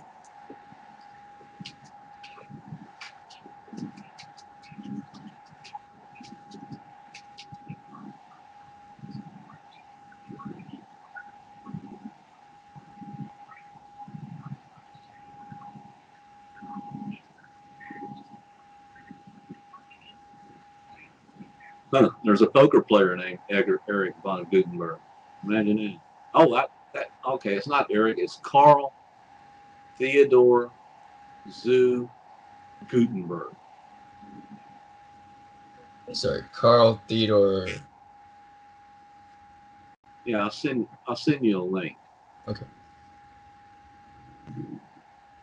How do I do that? Just through Messenger. Just copy paste it. Yeah. Facebook Messenger. Yeah. Okay.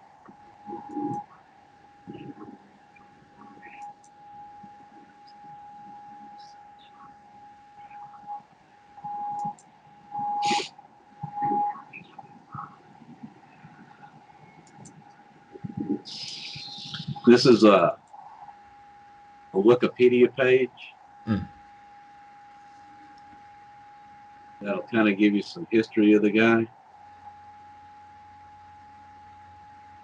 And then, well, that's a long name. Okay. yeah, I don't know what that zoo is all about. Why does somebody call themselves zoo?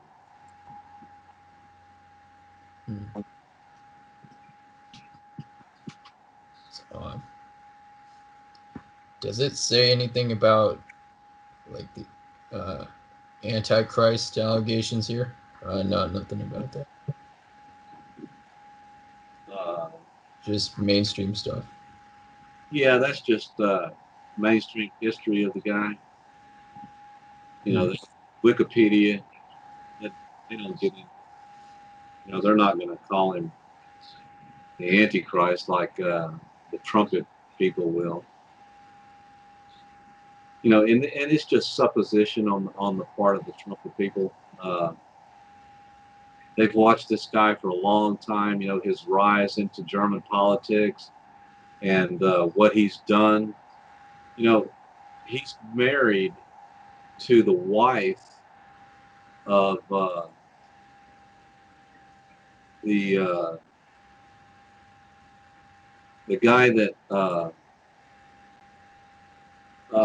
von Bismarck was the chancellor of Germany that when Hitler took over,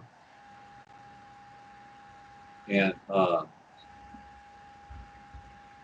he is married to von Bismarck's great granddaughter. And in Germany, him and his wife, they're both, you know, they were young back in the 90s, but man, they were like, they had rock star status. I mean, all the young people of Germany just adored him and his wife. You know, he was that popular.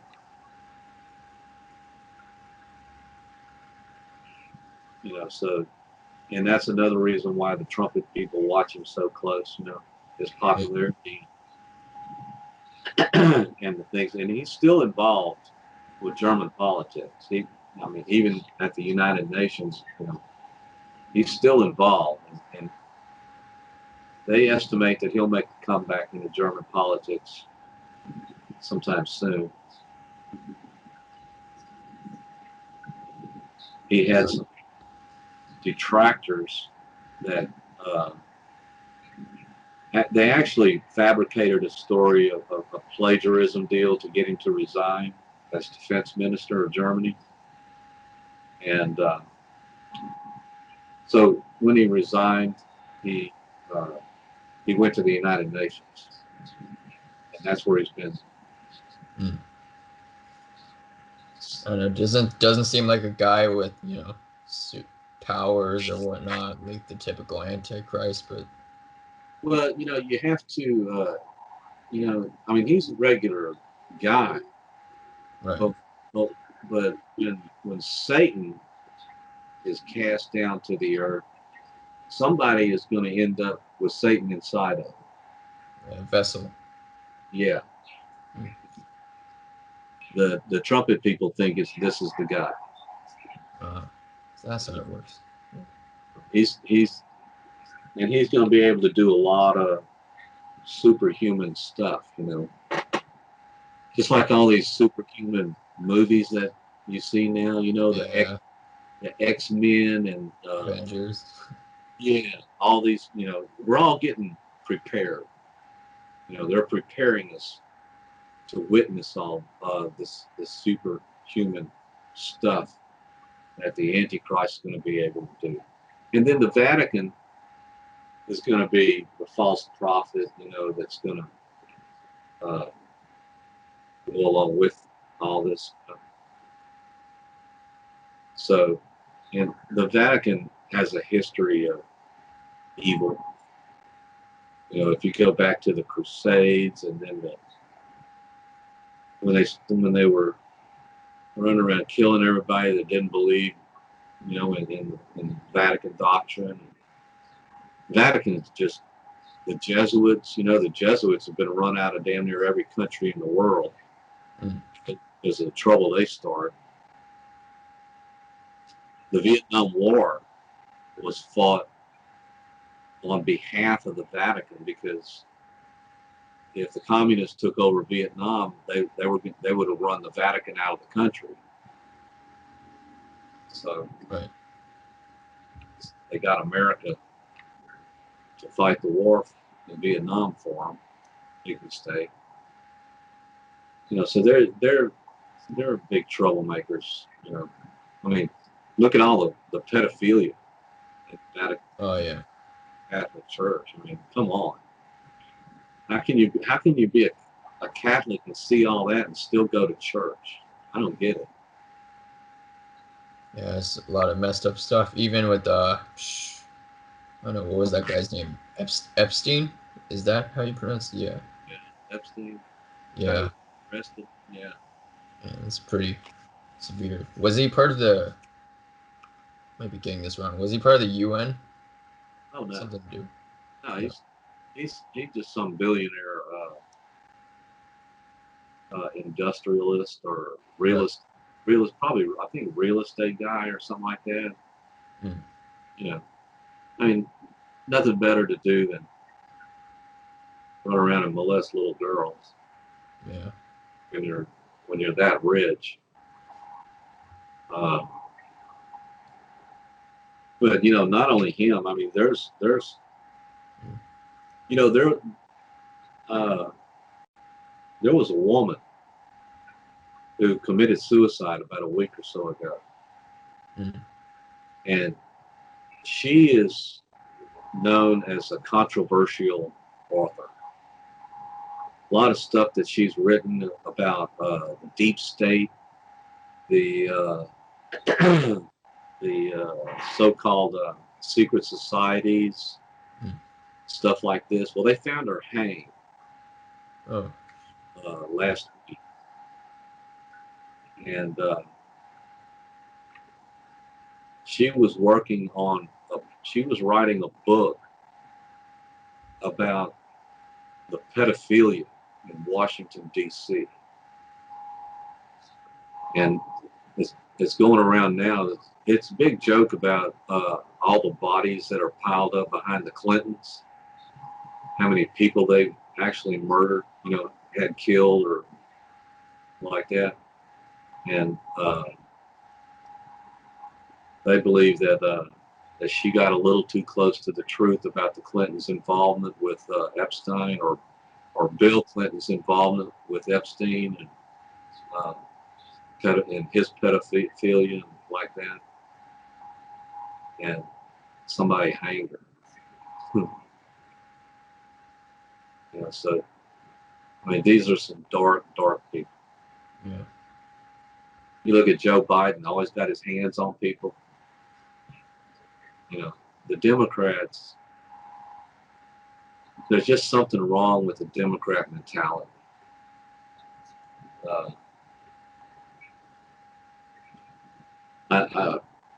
I spent 40 years with AT&T as in a sea of union liberals.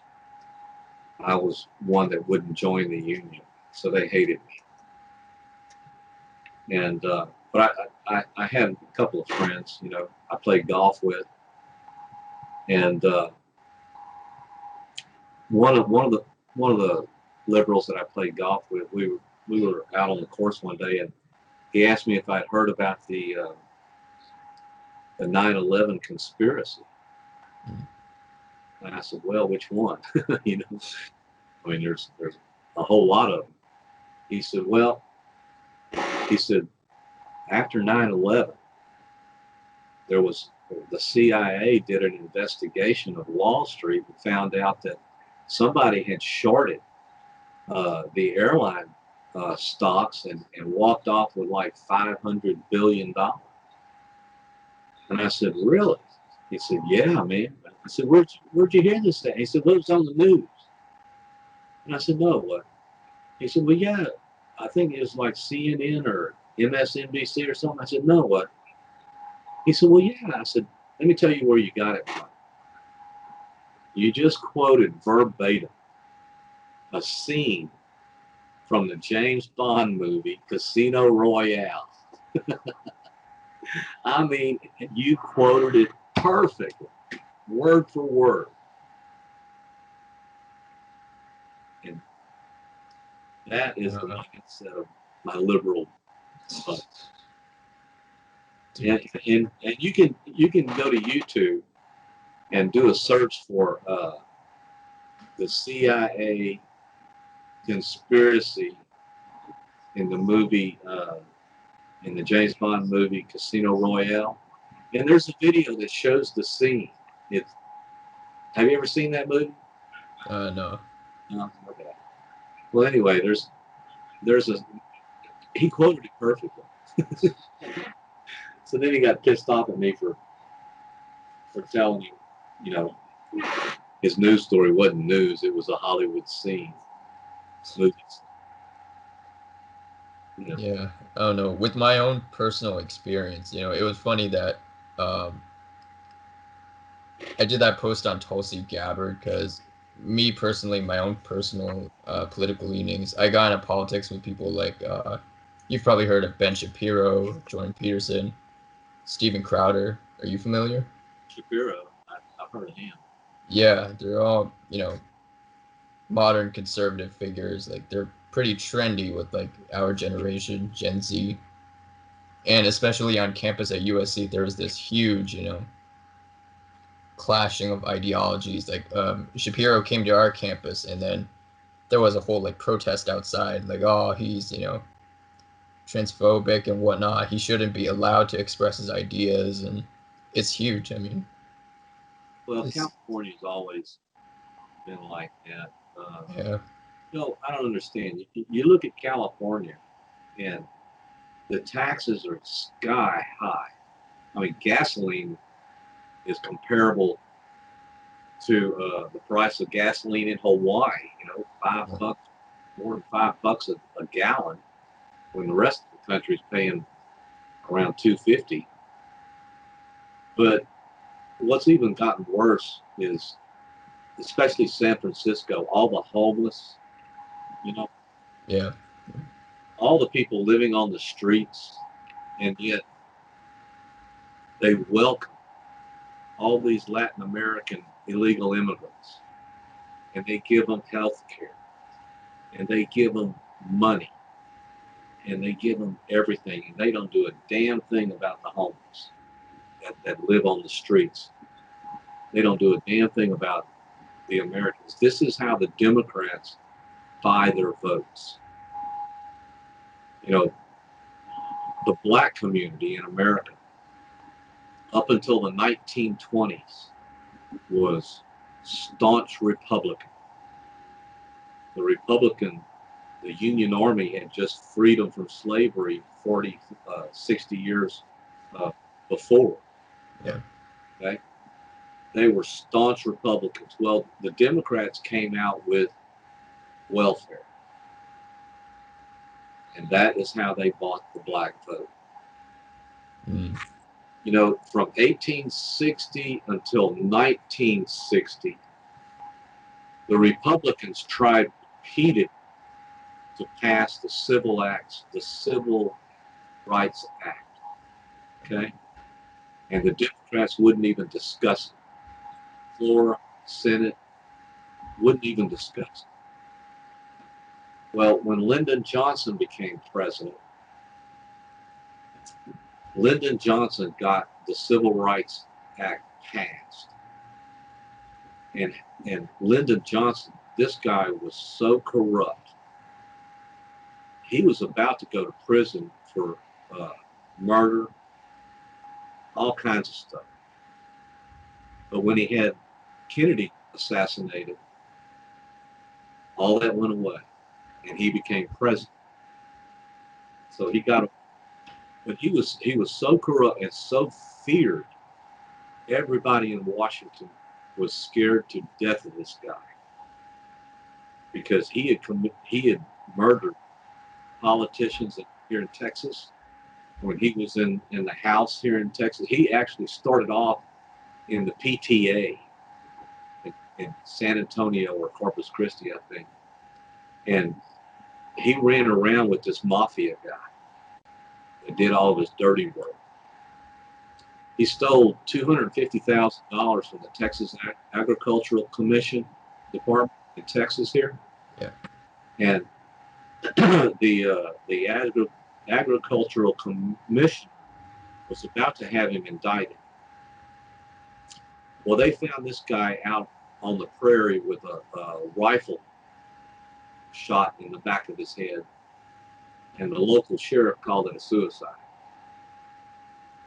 But it was Lyndon Johnson and his mafia buddy that murdered the guy. But this guy, he was so bad. He was so bad that he decided that the Civil Rights Act would gain more blacks to vote for the Democrats.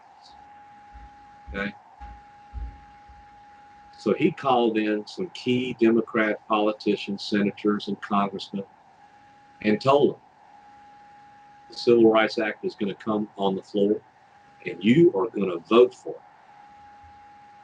And these people couldn't wait to vote for that thing. They were not about to turn down Lyndon Baines Johnson, because they'd end up with a bullet in the back of their head. Mm. Even today, all the records from Lyndon Johnson's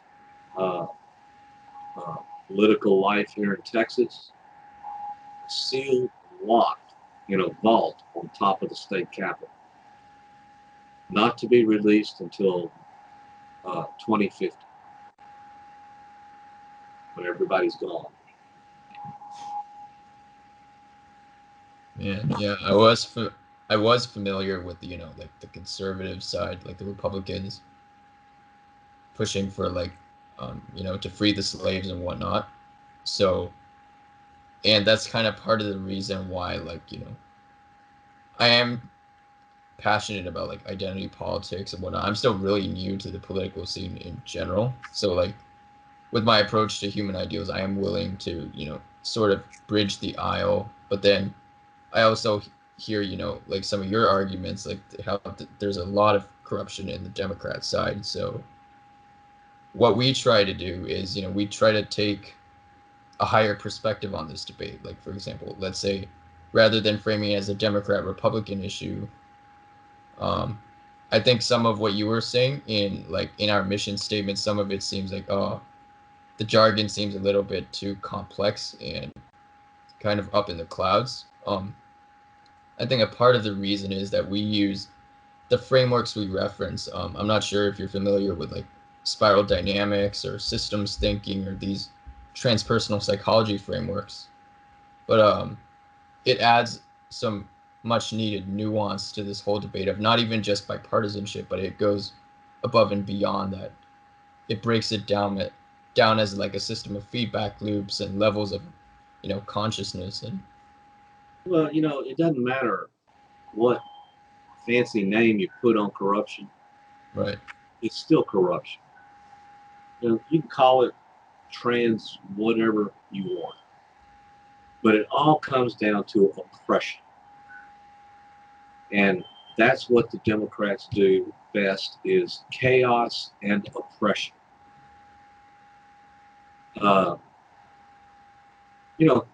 Now I vote Republican, straight to, okay?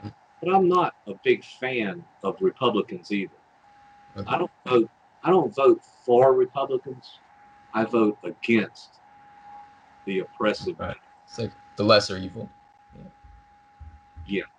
There you go. Got it. In simpler terms, we don't have to call it trans anything or whatever. It's just the lesser of two evils. When you only have two choices, there you go. Because I don't want to give my money to the government. I don't give a shit what, they're just going to go throw it away. Right. On all kind of weird, different stuff, But the Democrat philosophy, we would still have blacks in chains if it were left to the Democrats. The KKK was the militant arm of the Democrats, beginning with the after the Civil War. You know, the first black Republican was elected in like 1890, and the first black Republican politicians. Okay, and it's a fact that they actually had to wear a gun on their person on the House floor for fear of being assassinated by some Democrat congressman. I mean, that's a fact. The Democrats didn't elect their first black congressperson until the mid 1990s, something like that. They say you know all this propaganda about racism. They are the most racist people on the planet. It's all about their power, and don't you dare interfere with it.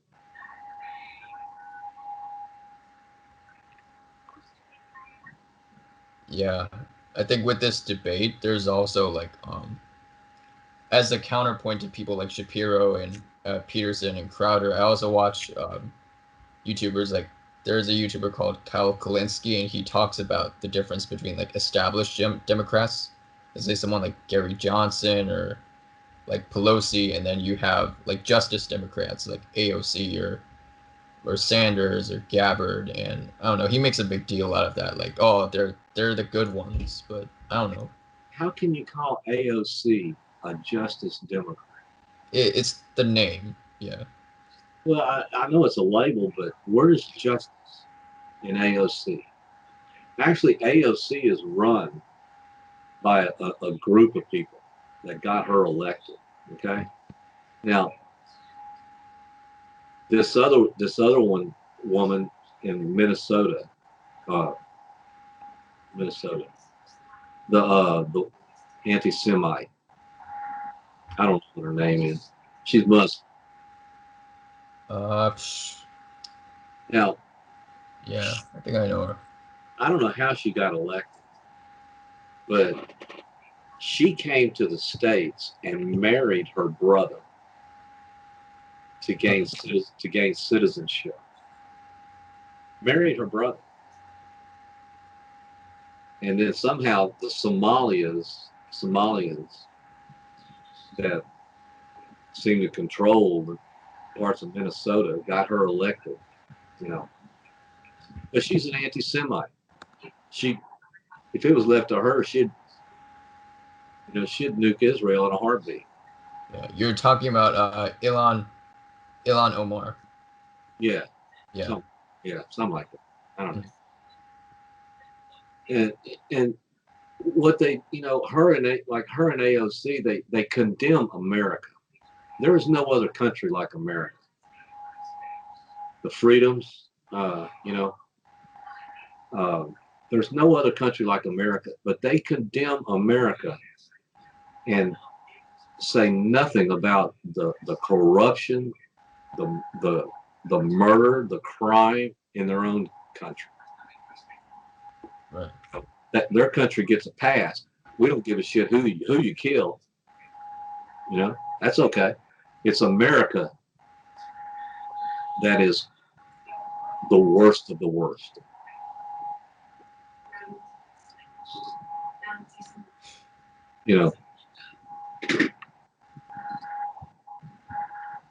Now, racism is one thing. Then you have what the Democrats do is they force a lifestyle on everyone. The gay lesbian. Yeah.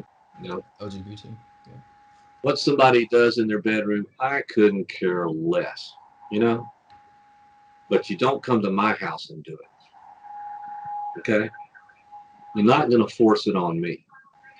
And if you want my opinion, I'll tell you. It's in the Bible. It says it is an abomination. Okay? But you're not going to force it on me. Now, even today, I read an article today that all this gender stuff, Berkeley, I guess it was the city council, Yeah. They decided that you cannot call a manhole cover a manhole cover. It's not a manhole. It's a utility access cover or something like this, but you can't call it a manhole cover. Now, come on. Is that the stupidest thing you've ever heard? PC rhetoric. PC. And all PC does Insane. is force you to accept their opinion. Because if you don't, you're going to get battered for it. Yeah, it's really petty. And, you know, from a spiritual standpoint, like going back to mysticism, it's like both parties are running in circles, and then I guess you could say Democrats they really have their own corruption going on. But I think that's why we need these, you know, higher, you know, teachings for humanity. Like, would you say that, let's say, you take the commandments from the Book of Enoch or any of its other principles, could those be applied to reform our political system from like a higher point of view? Well, our political system began with the commandments. The founding fathers used those biblical principles to establish the Republic of America. Republic, okay? It's not a democracy. The Republic. It was a republic.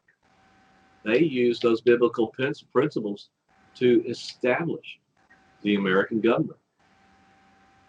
In the mid-1800s, the Democrats show up, and everything went to shit. Slavery, all kind of, you know, it all began with the Democrats.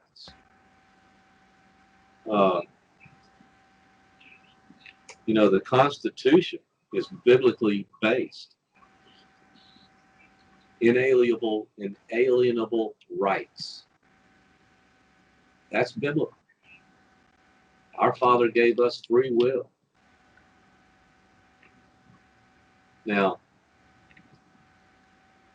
the libertarians, they kind of take that literal. You know, do any damn thing you want, but just don't do it around me.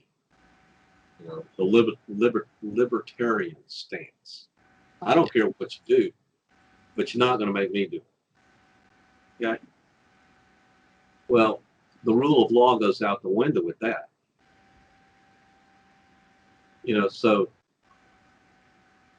all this turmoil, and then the fact that the Republicans always cow down to the Democrats. Always. I don't, you know, it's rare when the Republicans have a majority rule in the House or the Senate, okay? It's rare. But when they do, they don't do a damn thing with it. They still allow the Democrats to dictate policy. I don't get it. That's why I say I don't vote for the Republicans. I vote against the Democrats, because I know the gutless Republicans are going to cow down to the Democrats. Just like this last deal with Trump's tweets about AOC and the other woman going back to your own country and fixing that stuff. Well, everybody, even the Republicans, piled on. It's an opinion. It's not policy. Nobody is going to make AOC go back to South Central America and straighten out that government. She wouldn't last a day. Okay, somebody blow her little brains out, and that'd be the end of that. It's just an opinion, but yet it turns into a political shitstorm. It's like he's making an actual a policy statement with it, but you know, everything's blown out of proportion. Yeah, the Democrats, and this is what's funny. This is what I really like about the Trump administration. Trump comes out with something outrageous, okay?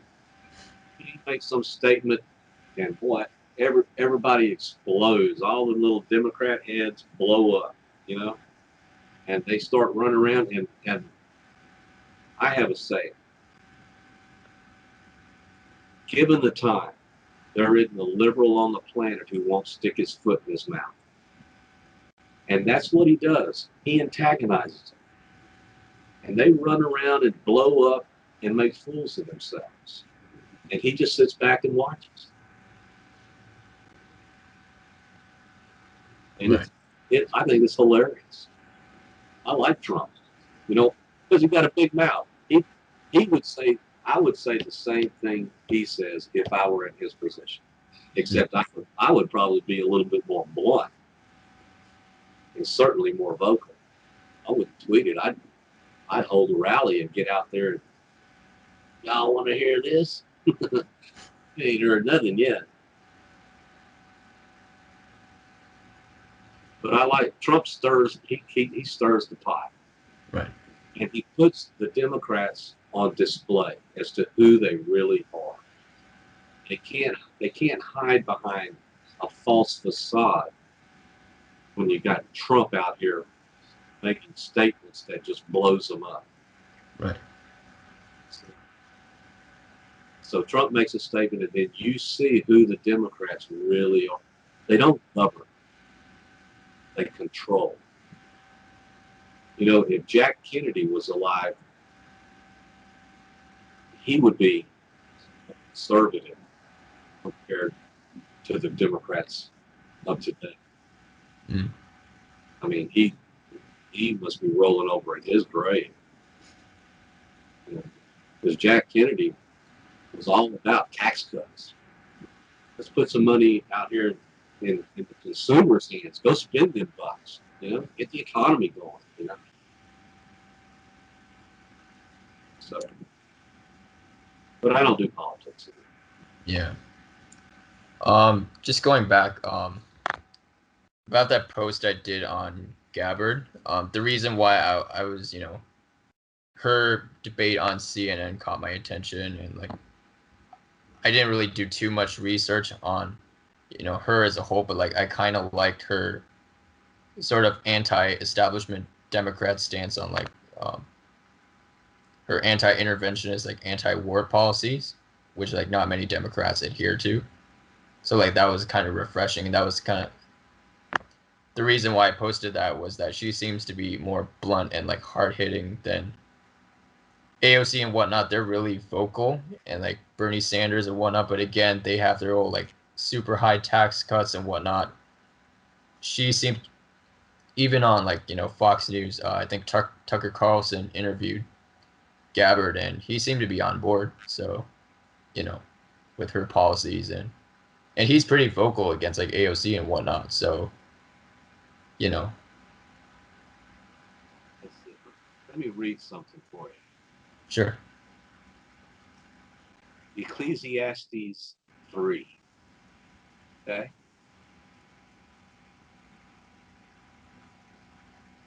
A time to love, a time to hate, a time for battle, and a time for peace. Our Father in heaven, he doesn't have a problem with war as long as the right people are getting killed. And the right people getting killed are the oppressors, those who would take away free will, impose their will on others. But all this peace, you know, there is a time for war. Our Father, when Israel crossed the Jordan into the Promised Land, Joshua was told, these people, these people, these people, these people, you kill them, every one of them. Nobody lives, not even the babies. Everybody dies. Pagans, they're going to corrupt you. They die. Go. Even the angels came down one night and slaughtered 7,000 pagans.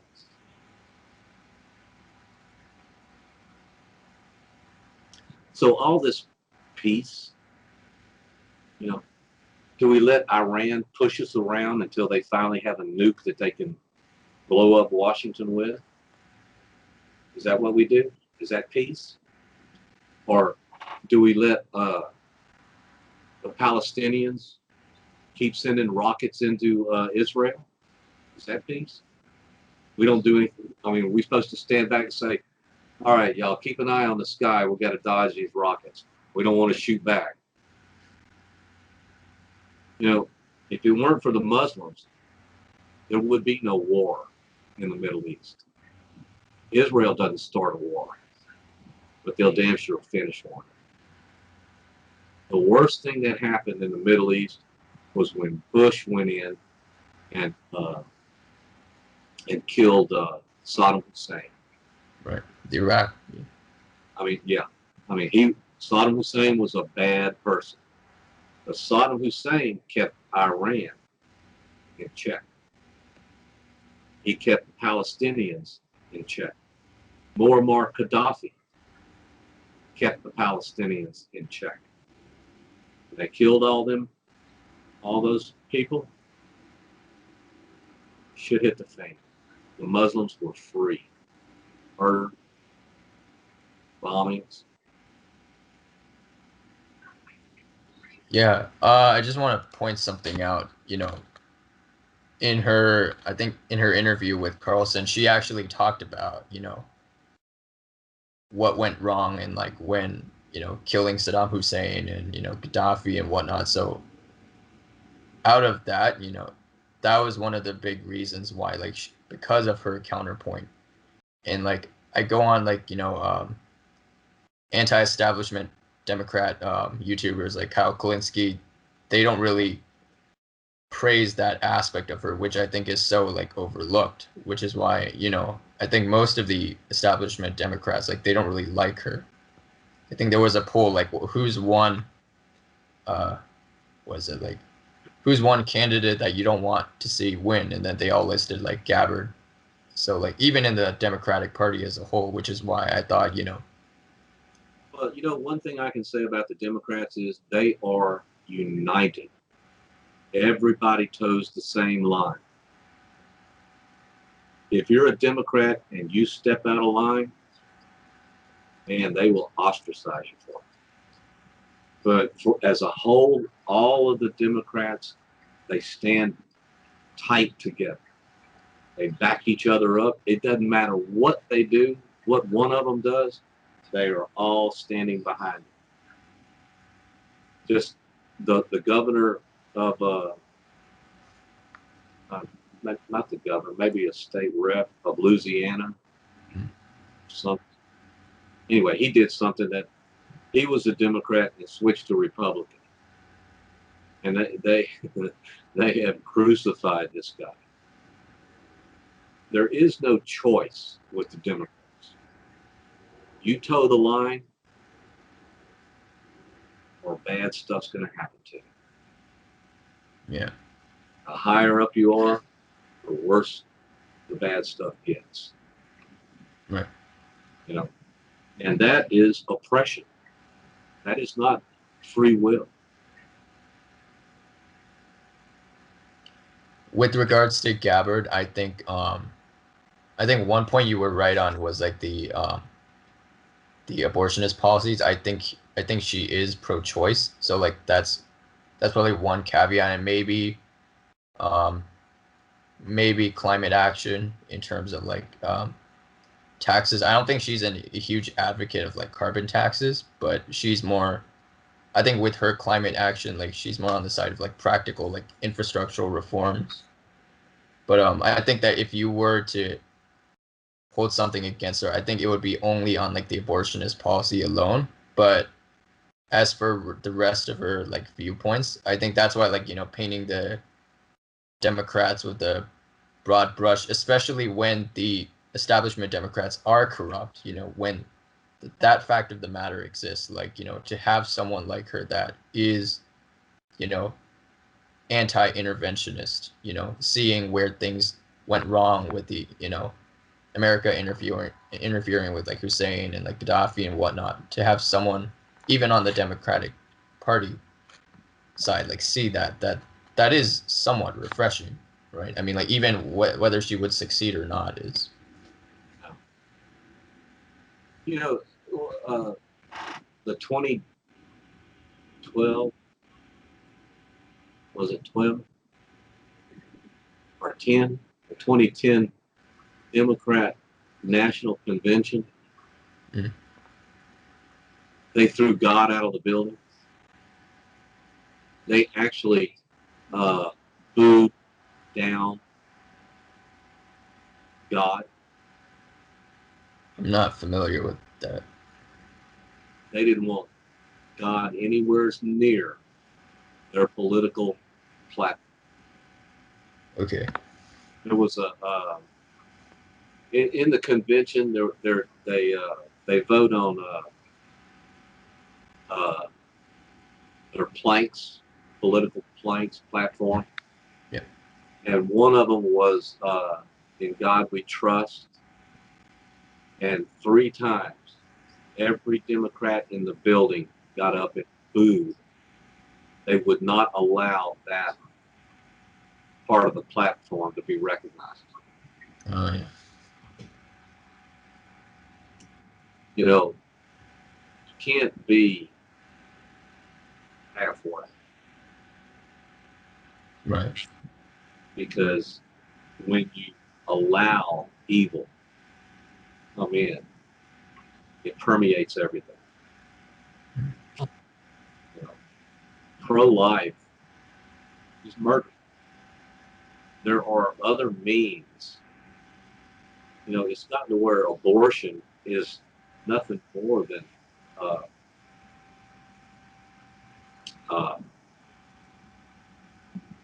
contraceptive, a form of contraception. Anyway, that's what it's become. Don't bother with protection or anything like that. You can always get an abortion. Yeah, it's really haphazardly done. You know, I think with the Buddhist point of view, actually, like Buddhists are actually pro-life because, you know, our view is more on the lines of when does consciousness enter the body, you know? So like if you're just, some people would say that, oh, if it's even a potential for human life, then like that's still wrong. But like our conception is, you know, one of our commandments, the first one is like, you know, do not kill, which is basically, you know, even if we don't have like the first 4 commandments of obeying God or whatever, like explicitly, we still have that do not kill doctrine. So but the commandment doesn't say thou shalt not kill. It says you do not commit murder. Mm-hmm. It doesn't say kill. There's a difference. Mm-hmm. You know, as a matter of fact, this idiot that I was arguing with here last week, he asked me if I ate meat. Sure, I like a good steak. You know? I performed the Passover of eating the lamb on Passover. I roasted over fire per the instructions of Exodus 12, and I eat the lamb as a remembrance of the sacrifice that was made for us. Okay. Now, this idiot is telling me you can't do that. You cannot eat. You can't kill. First of all, I didn't kill it. I bought it at the grocery store. I didn't kill it. But the commandment says, you do not murder. Mm. Now, murder is an intentional act. Okay, taking a life. Even in Genesis, it tells us that we were given domain over all of the animal life and the plant life. We were given charge. We can do whatever we want. Okay. PETA will argue with you on that. And I agree, you know, you don't abuse animals, you know. But you do not commit murder. Okay? It's not killing. It's not killing. Yeah. Just to clarify on that, the Buddhist precept is also like Buddhists do eat meat, So their reasoning is actually the same. Like, oh, if you don't kill it, like, it's fine. Well, there's a way to kill. Okay, it's called kosher. When you slaughter an animal, you don't shoot it in the head, you don't strangle it, or anything that causes pain. Okay, you don't create fear in the animal. What you do is you cut its throat, and it bleeds out. Okay, that is humane. That is how the Bible instructs us to kill an animal. You slit its throat and let it bleed out. Now, you slit it on the side where the blood is going to the brain. So the brain actually dies first. And then the heart pumps all the blood out. Okay? So the animal is not, it doesn't spend any time in fear. It's not like going out in the woods and you shoot a deer and the poor thing wallows around on the ground in agony before it dies. So there's a right way to kill an animal, and there's a wrong way. There's a biblical right way, and then there's every other way. But even the Bible, Leviticus or Deuteronomy or something like that, even tells us that if a thief breaks in and you catch him red-handed, kill him.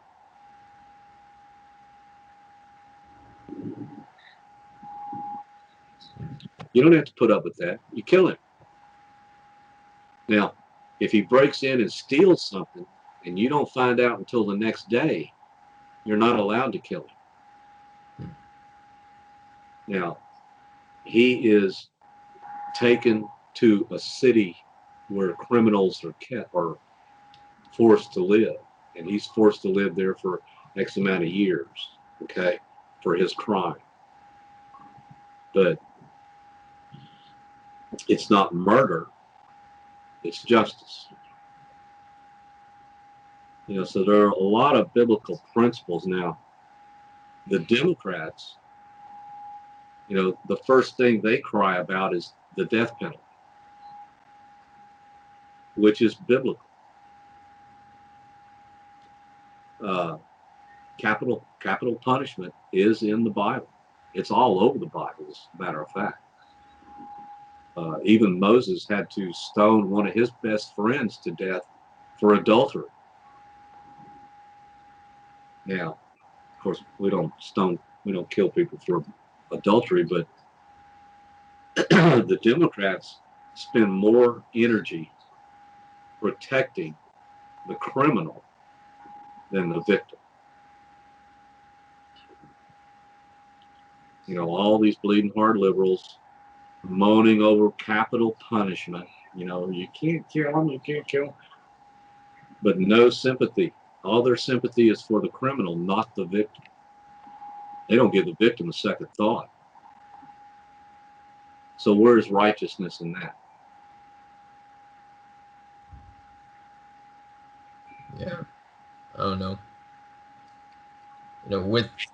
With Buddhism, just like coming back to that, I think one of the reasons why the Buddha decided to say that, oh, screw life, all this is pointless, is because of those like moral decisions, right? Like, unlike Christianity or whatever, the Book of Enoch, his position is a hard, like, do not take any life, do not be avoid situations where you are forced to take a life. And he acknowledges that one point is that one of his disciples, there was a monk who just stood still and decided not to eat, and then he was like, okay, what are you doing? And then he's like, oh, I see that with my powers that whenever I eat, I'm consuming bacteria, and that's a form of life. And then he said that no, don't do that, like you're in this life, you're forced to eat whether you like it or not. And then he says that the reason you escape reincarnation is so that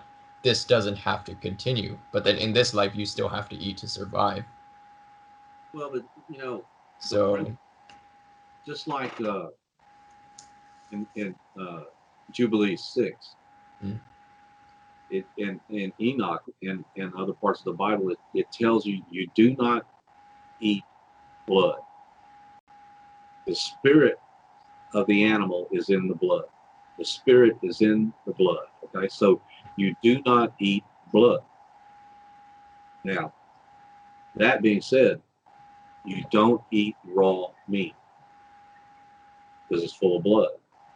But when you cook it, all that is atomized. Okay? Bacteria is atomized. All that is gone. Yeah. So it's clean, you know, for food. Okay? All these people, this sushi fan. Let's go eat some raw fish.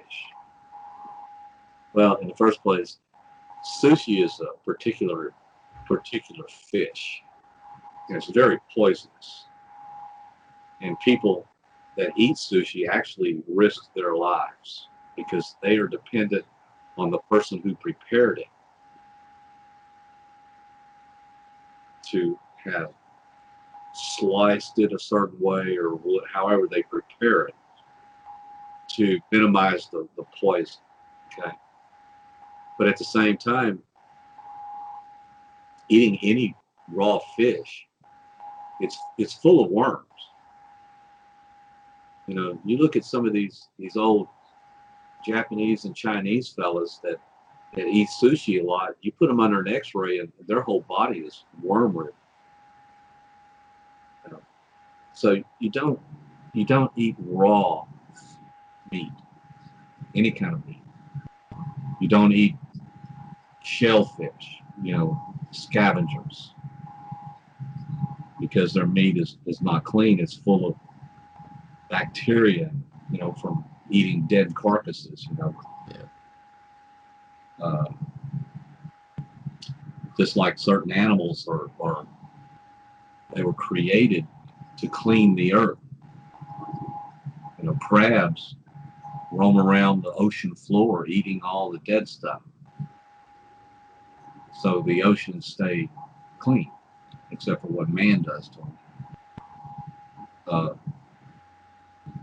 You know, oysters. If you look at what an oyster does, you put an oyster in a dirty fish tank and give it a day or two and it'll clean that fish tank. And then you're going to pull it out and eat it? Ugh, not me. You don't tell them what the hell's in that thing after it's filtered all this dirty water through it, you know. But vultures clean up the roadside, roadkill, you know. You don't want to eat a vulture. So that's why there are clean meats and unclean meat. You know. And some animals were not meant to be eaten. They're disgusting, they're dirty, filthy. And they serve a purpose, so why kill them? They're not food. So as long as you cook it, there ain't nothing wrong with a good steak. Just drain the blood out of it, throw it on some fire, and atomize all that stuff out of it. Yes. And our Father tells you, he likes the smell of barbecue. He likes it. I think in Exodus 12, where it gives the the instructions of how to prepare the Passover lamb, he talks about a good, savory aroma coming up to the heavens. He can smell that barbecue. I'm surprised he don't come down here and get him some.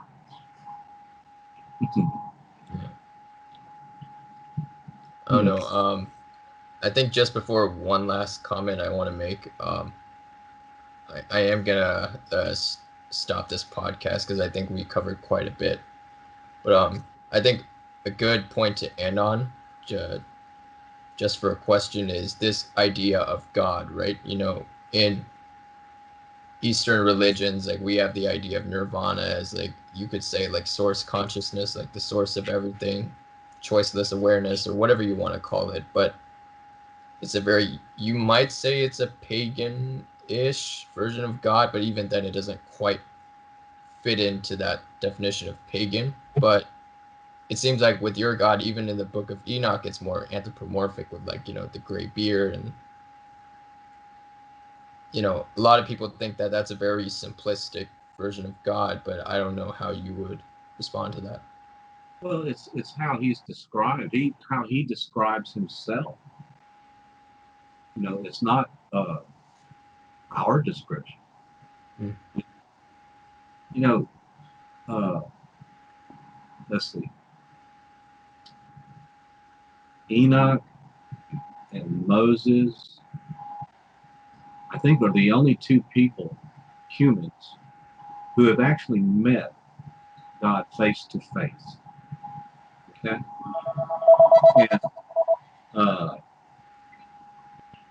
they give a description. I mean, it's not something that's made up or anything like that. It's a reliable description.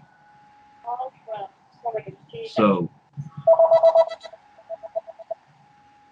now he's also described as a spirit, you know, that's like the wind. I mean, he can transform himself. He has no boundaries in any dimension that he chooses to be in. Just like when it talks about Solomon finishing the temple, the first temple that Solomon built. They got the temple all finished. They did the dedication, and this cloud came in and moved into the building, into the Holy of Holies, where the Ark of the Covenant was kept. That was him in that form. You know? And no priest, nobody was allowed in the Holy of Holies. The high priest was allowed to go into the Holy of Holies one day of the year. That's all. If they tried going in there any other time, they had to tie a rope to him so they could drag the body out, because he wouldn't survive it. Okay? But the description, you know, the white hair, the white beard, you know, that comes from our Father. He wants us to know him. You know, before the sages of Judaism removed his proper name from the scriptures, he told us his name 7,000 times. I mean, it is repeated. You know, I'll send you a PDF of that book, that Basora, and you can look at it. And I mean, and his name in Paleo Hebrew is all over the place. He wanted us to know his name. He wants us to know him. He wants us to have a personal relationship with him and to obey his wishes.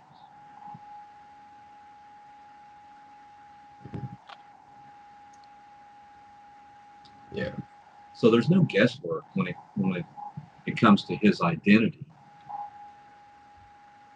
You know, even his I forget what it's called. All these Hebrew names are really hard for me. 67-year-old brain, but his persona, spirit, it even passed over onto Moses when Moses went up into the on Mount Sinai and met with him face to face. It says that when Moses came down, his face was a glow, and it scared the people. And Moses had to put a veil over his face so this glow wouldn't scare the people.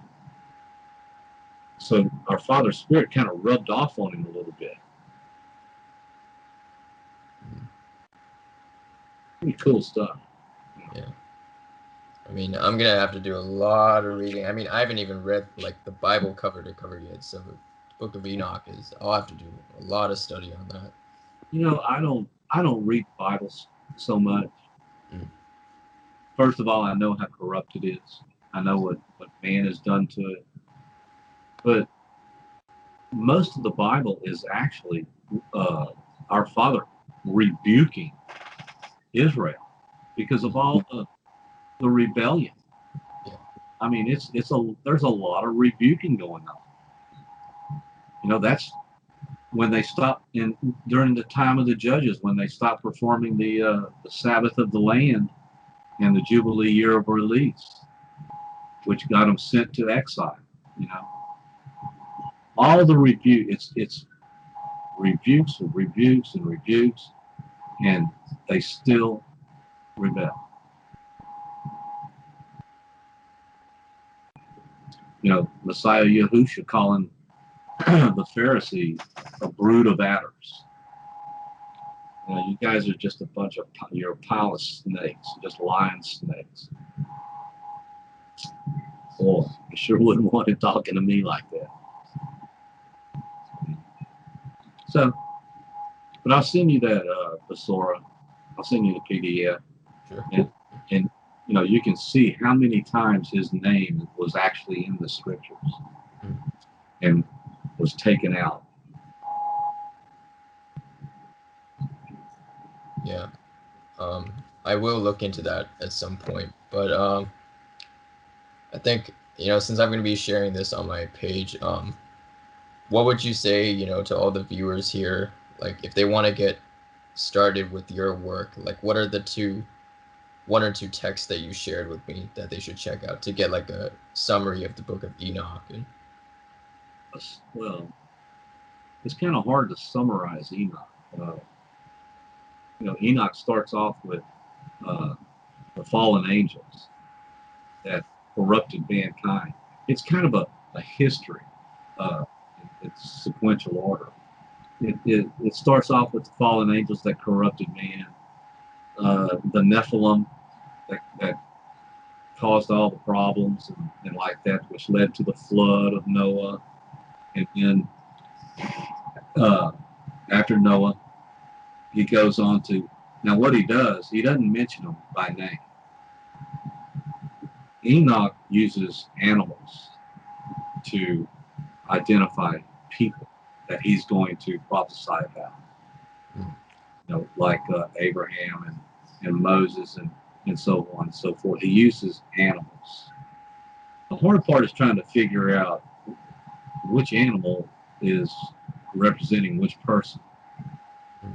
The copy of Enoch that I have, it kind of groups the chapters according to identifying the person with the animal. Okay, so you kind of have to look at the chapter or the chapter heading to see what the topic of the chapter is about.